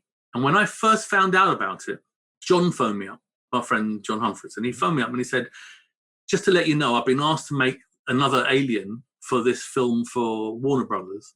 Is it okay? And I said to him, well, John, are they paying you? He said, yeah, they're paying me very well. I said, okay, well, you've got to do it, right? Now, I'm godfather to John's children, right? I want them to make money. I want them to be happy, right? So it's going to be done. I said, John, yeah, okay, you do it. So I then phoned up Ray and I said, Ray, what's going on? And he said, well, you said you didn't want to do it. I said, we shouldn't do it. He goes, oh, don't worry, though. It's okay because we've cut you out. I said, what do you mean, don't worry? You've cut me out. That's not what I said at all. Oh, well, you know, it's only a bit of fun. It's going to be, you know, it's not going to be anything serious. And what actually happened was this. Santilli was realizing that he got to a point where in his head, there's a statute of limitations when somebody can sue somebody, all right, in a commercial field. And he felt that 10 years, I could not sue him. It's time's up, right? The other thing that he realized is he sold this film as a genuine 1947 film to Fox on contract. He signed the document to say, this is a 1947 film. He even registered it at the US Library of Congress as a 1947 film. And that's how he proved to Fox that it's genuinely 1947. I don't know what it is, but it's 1947. You make your mind up what it is. It might be an alien, it might not be. You decide. I'm guaranteeing it's a 1947 film, right? Big mistake. Because what he didn't realize is that there is no statute of limitations for a fraud. If it was just a business deal, let's suppose I sold you a faulty something, and then you complained and then didn't do anything about it, and then 10 years ran out, and then you tried to sue me, I'd say time's up, right? And that's the law. But not when there's a fraud. Same way that if you were to murder somebody, you're never off the hook. After 10 years, you don't suddenly become innocent, right? If you get caught after 10 years, you're still the murderer, you still go down. If it's a fraud, you still made a fraud and you still go down. How do you cover that if you're Ray? Because you've got a problem. There's this big, massive lie hanging there. So how do you do it? You say there was genuine film. It got destroyed, but good news. There's a few frames in the film. Yeah, okay, hands up. We recreated it. But we didn't con anyone because there was real film. And you know, I said it's 47 film, well, there is. So that's okay. You can't sue me for that. There's no fraud, right? Well, that's if you're an idiot and if you don't listen to what you're saying, right? Because if you actually backtrack all of that, it's very simple now. Soon as the Anton Deck film was made, it was in the public domain, I was able to speak. Just for our listeners, those are the stars of the... Yeah. Anton Deck were in the film. So Anton Deck film came into the public domain, which means that I am now able to speak away from the contract that I'd signed. The problem that I faced was that Ray had registered the copyright, unbeknown to me, in the Library of Congress as a cameraman that's not known, right? An ex-military cameraman that nobody knows the name of. And it's definitely 1947 shot. It says on the registration, shot in Italy, or place of origin, Italy. I don't know why that's there. I think it's probably because the law in Italy, and the copyright laws, is that you could make a film and call yourself Chuck Norris. And then when somebody says that's not Chuck Norris, they say, well, no, it's his cousin. And get away with it, you see. The law is not the same as it is everywhere else. So maybe that's why, I'm guessing. But more importantly is there is a film lodged at the Library of Congress in America, which is my film, exactly my film. Every single frame for frame, is my film. So when I went along to the Library of Congress to register my film as a 1995 film, they told me they already had this film. And this film is a 1947 film. And I said, no, it isn't. And they said, well, show us, prove it. And do you know what? I couldn't. I couldn't prove my film was fake, right? Until just by a fluke of nature, somebody up there loves me because I gave Santilli everything, because I didn't want anyone else to have it so they could spill the beans so that we would then lose the deal, right? Because we could make a lot of money from the documentary we were going to make and the whole thing. So I couldn't risk that. So I gave Santilli everything. We gave him the props. We got rid of all the bodies. We gave him the molds. We gave him everything, all the film. But as luck would have it, 2 tapes got left behind.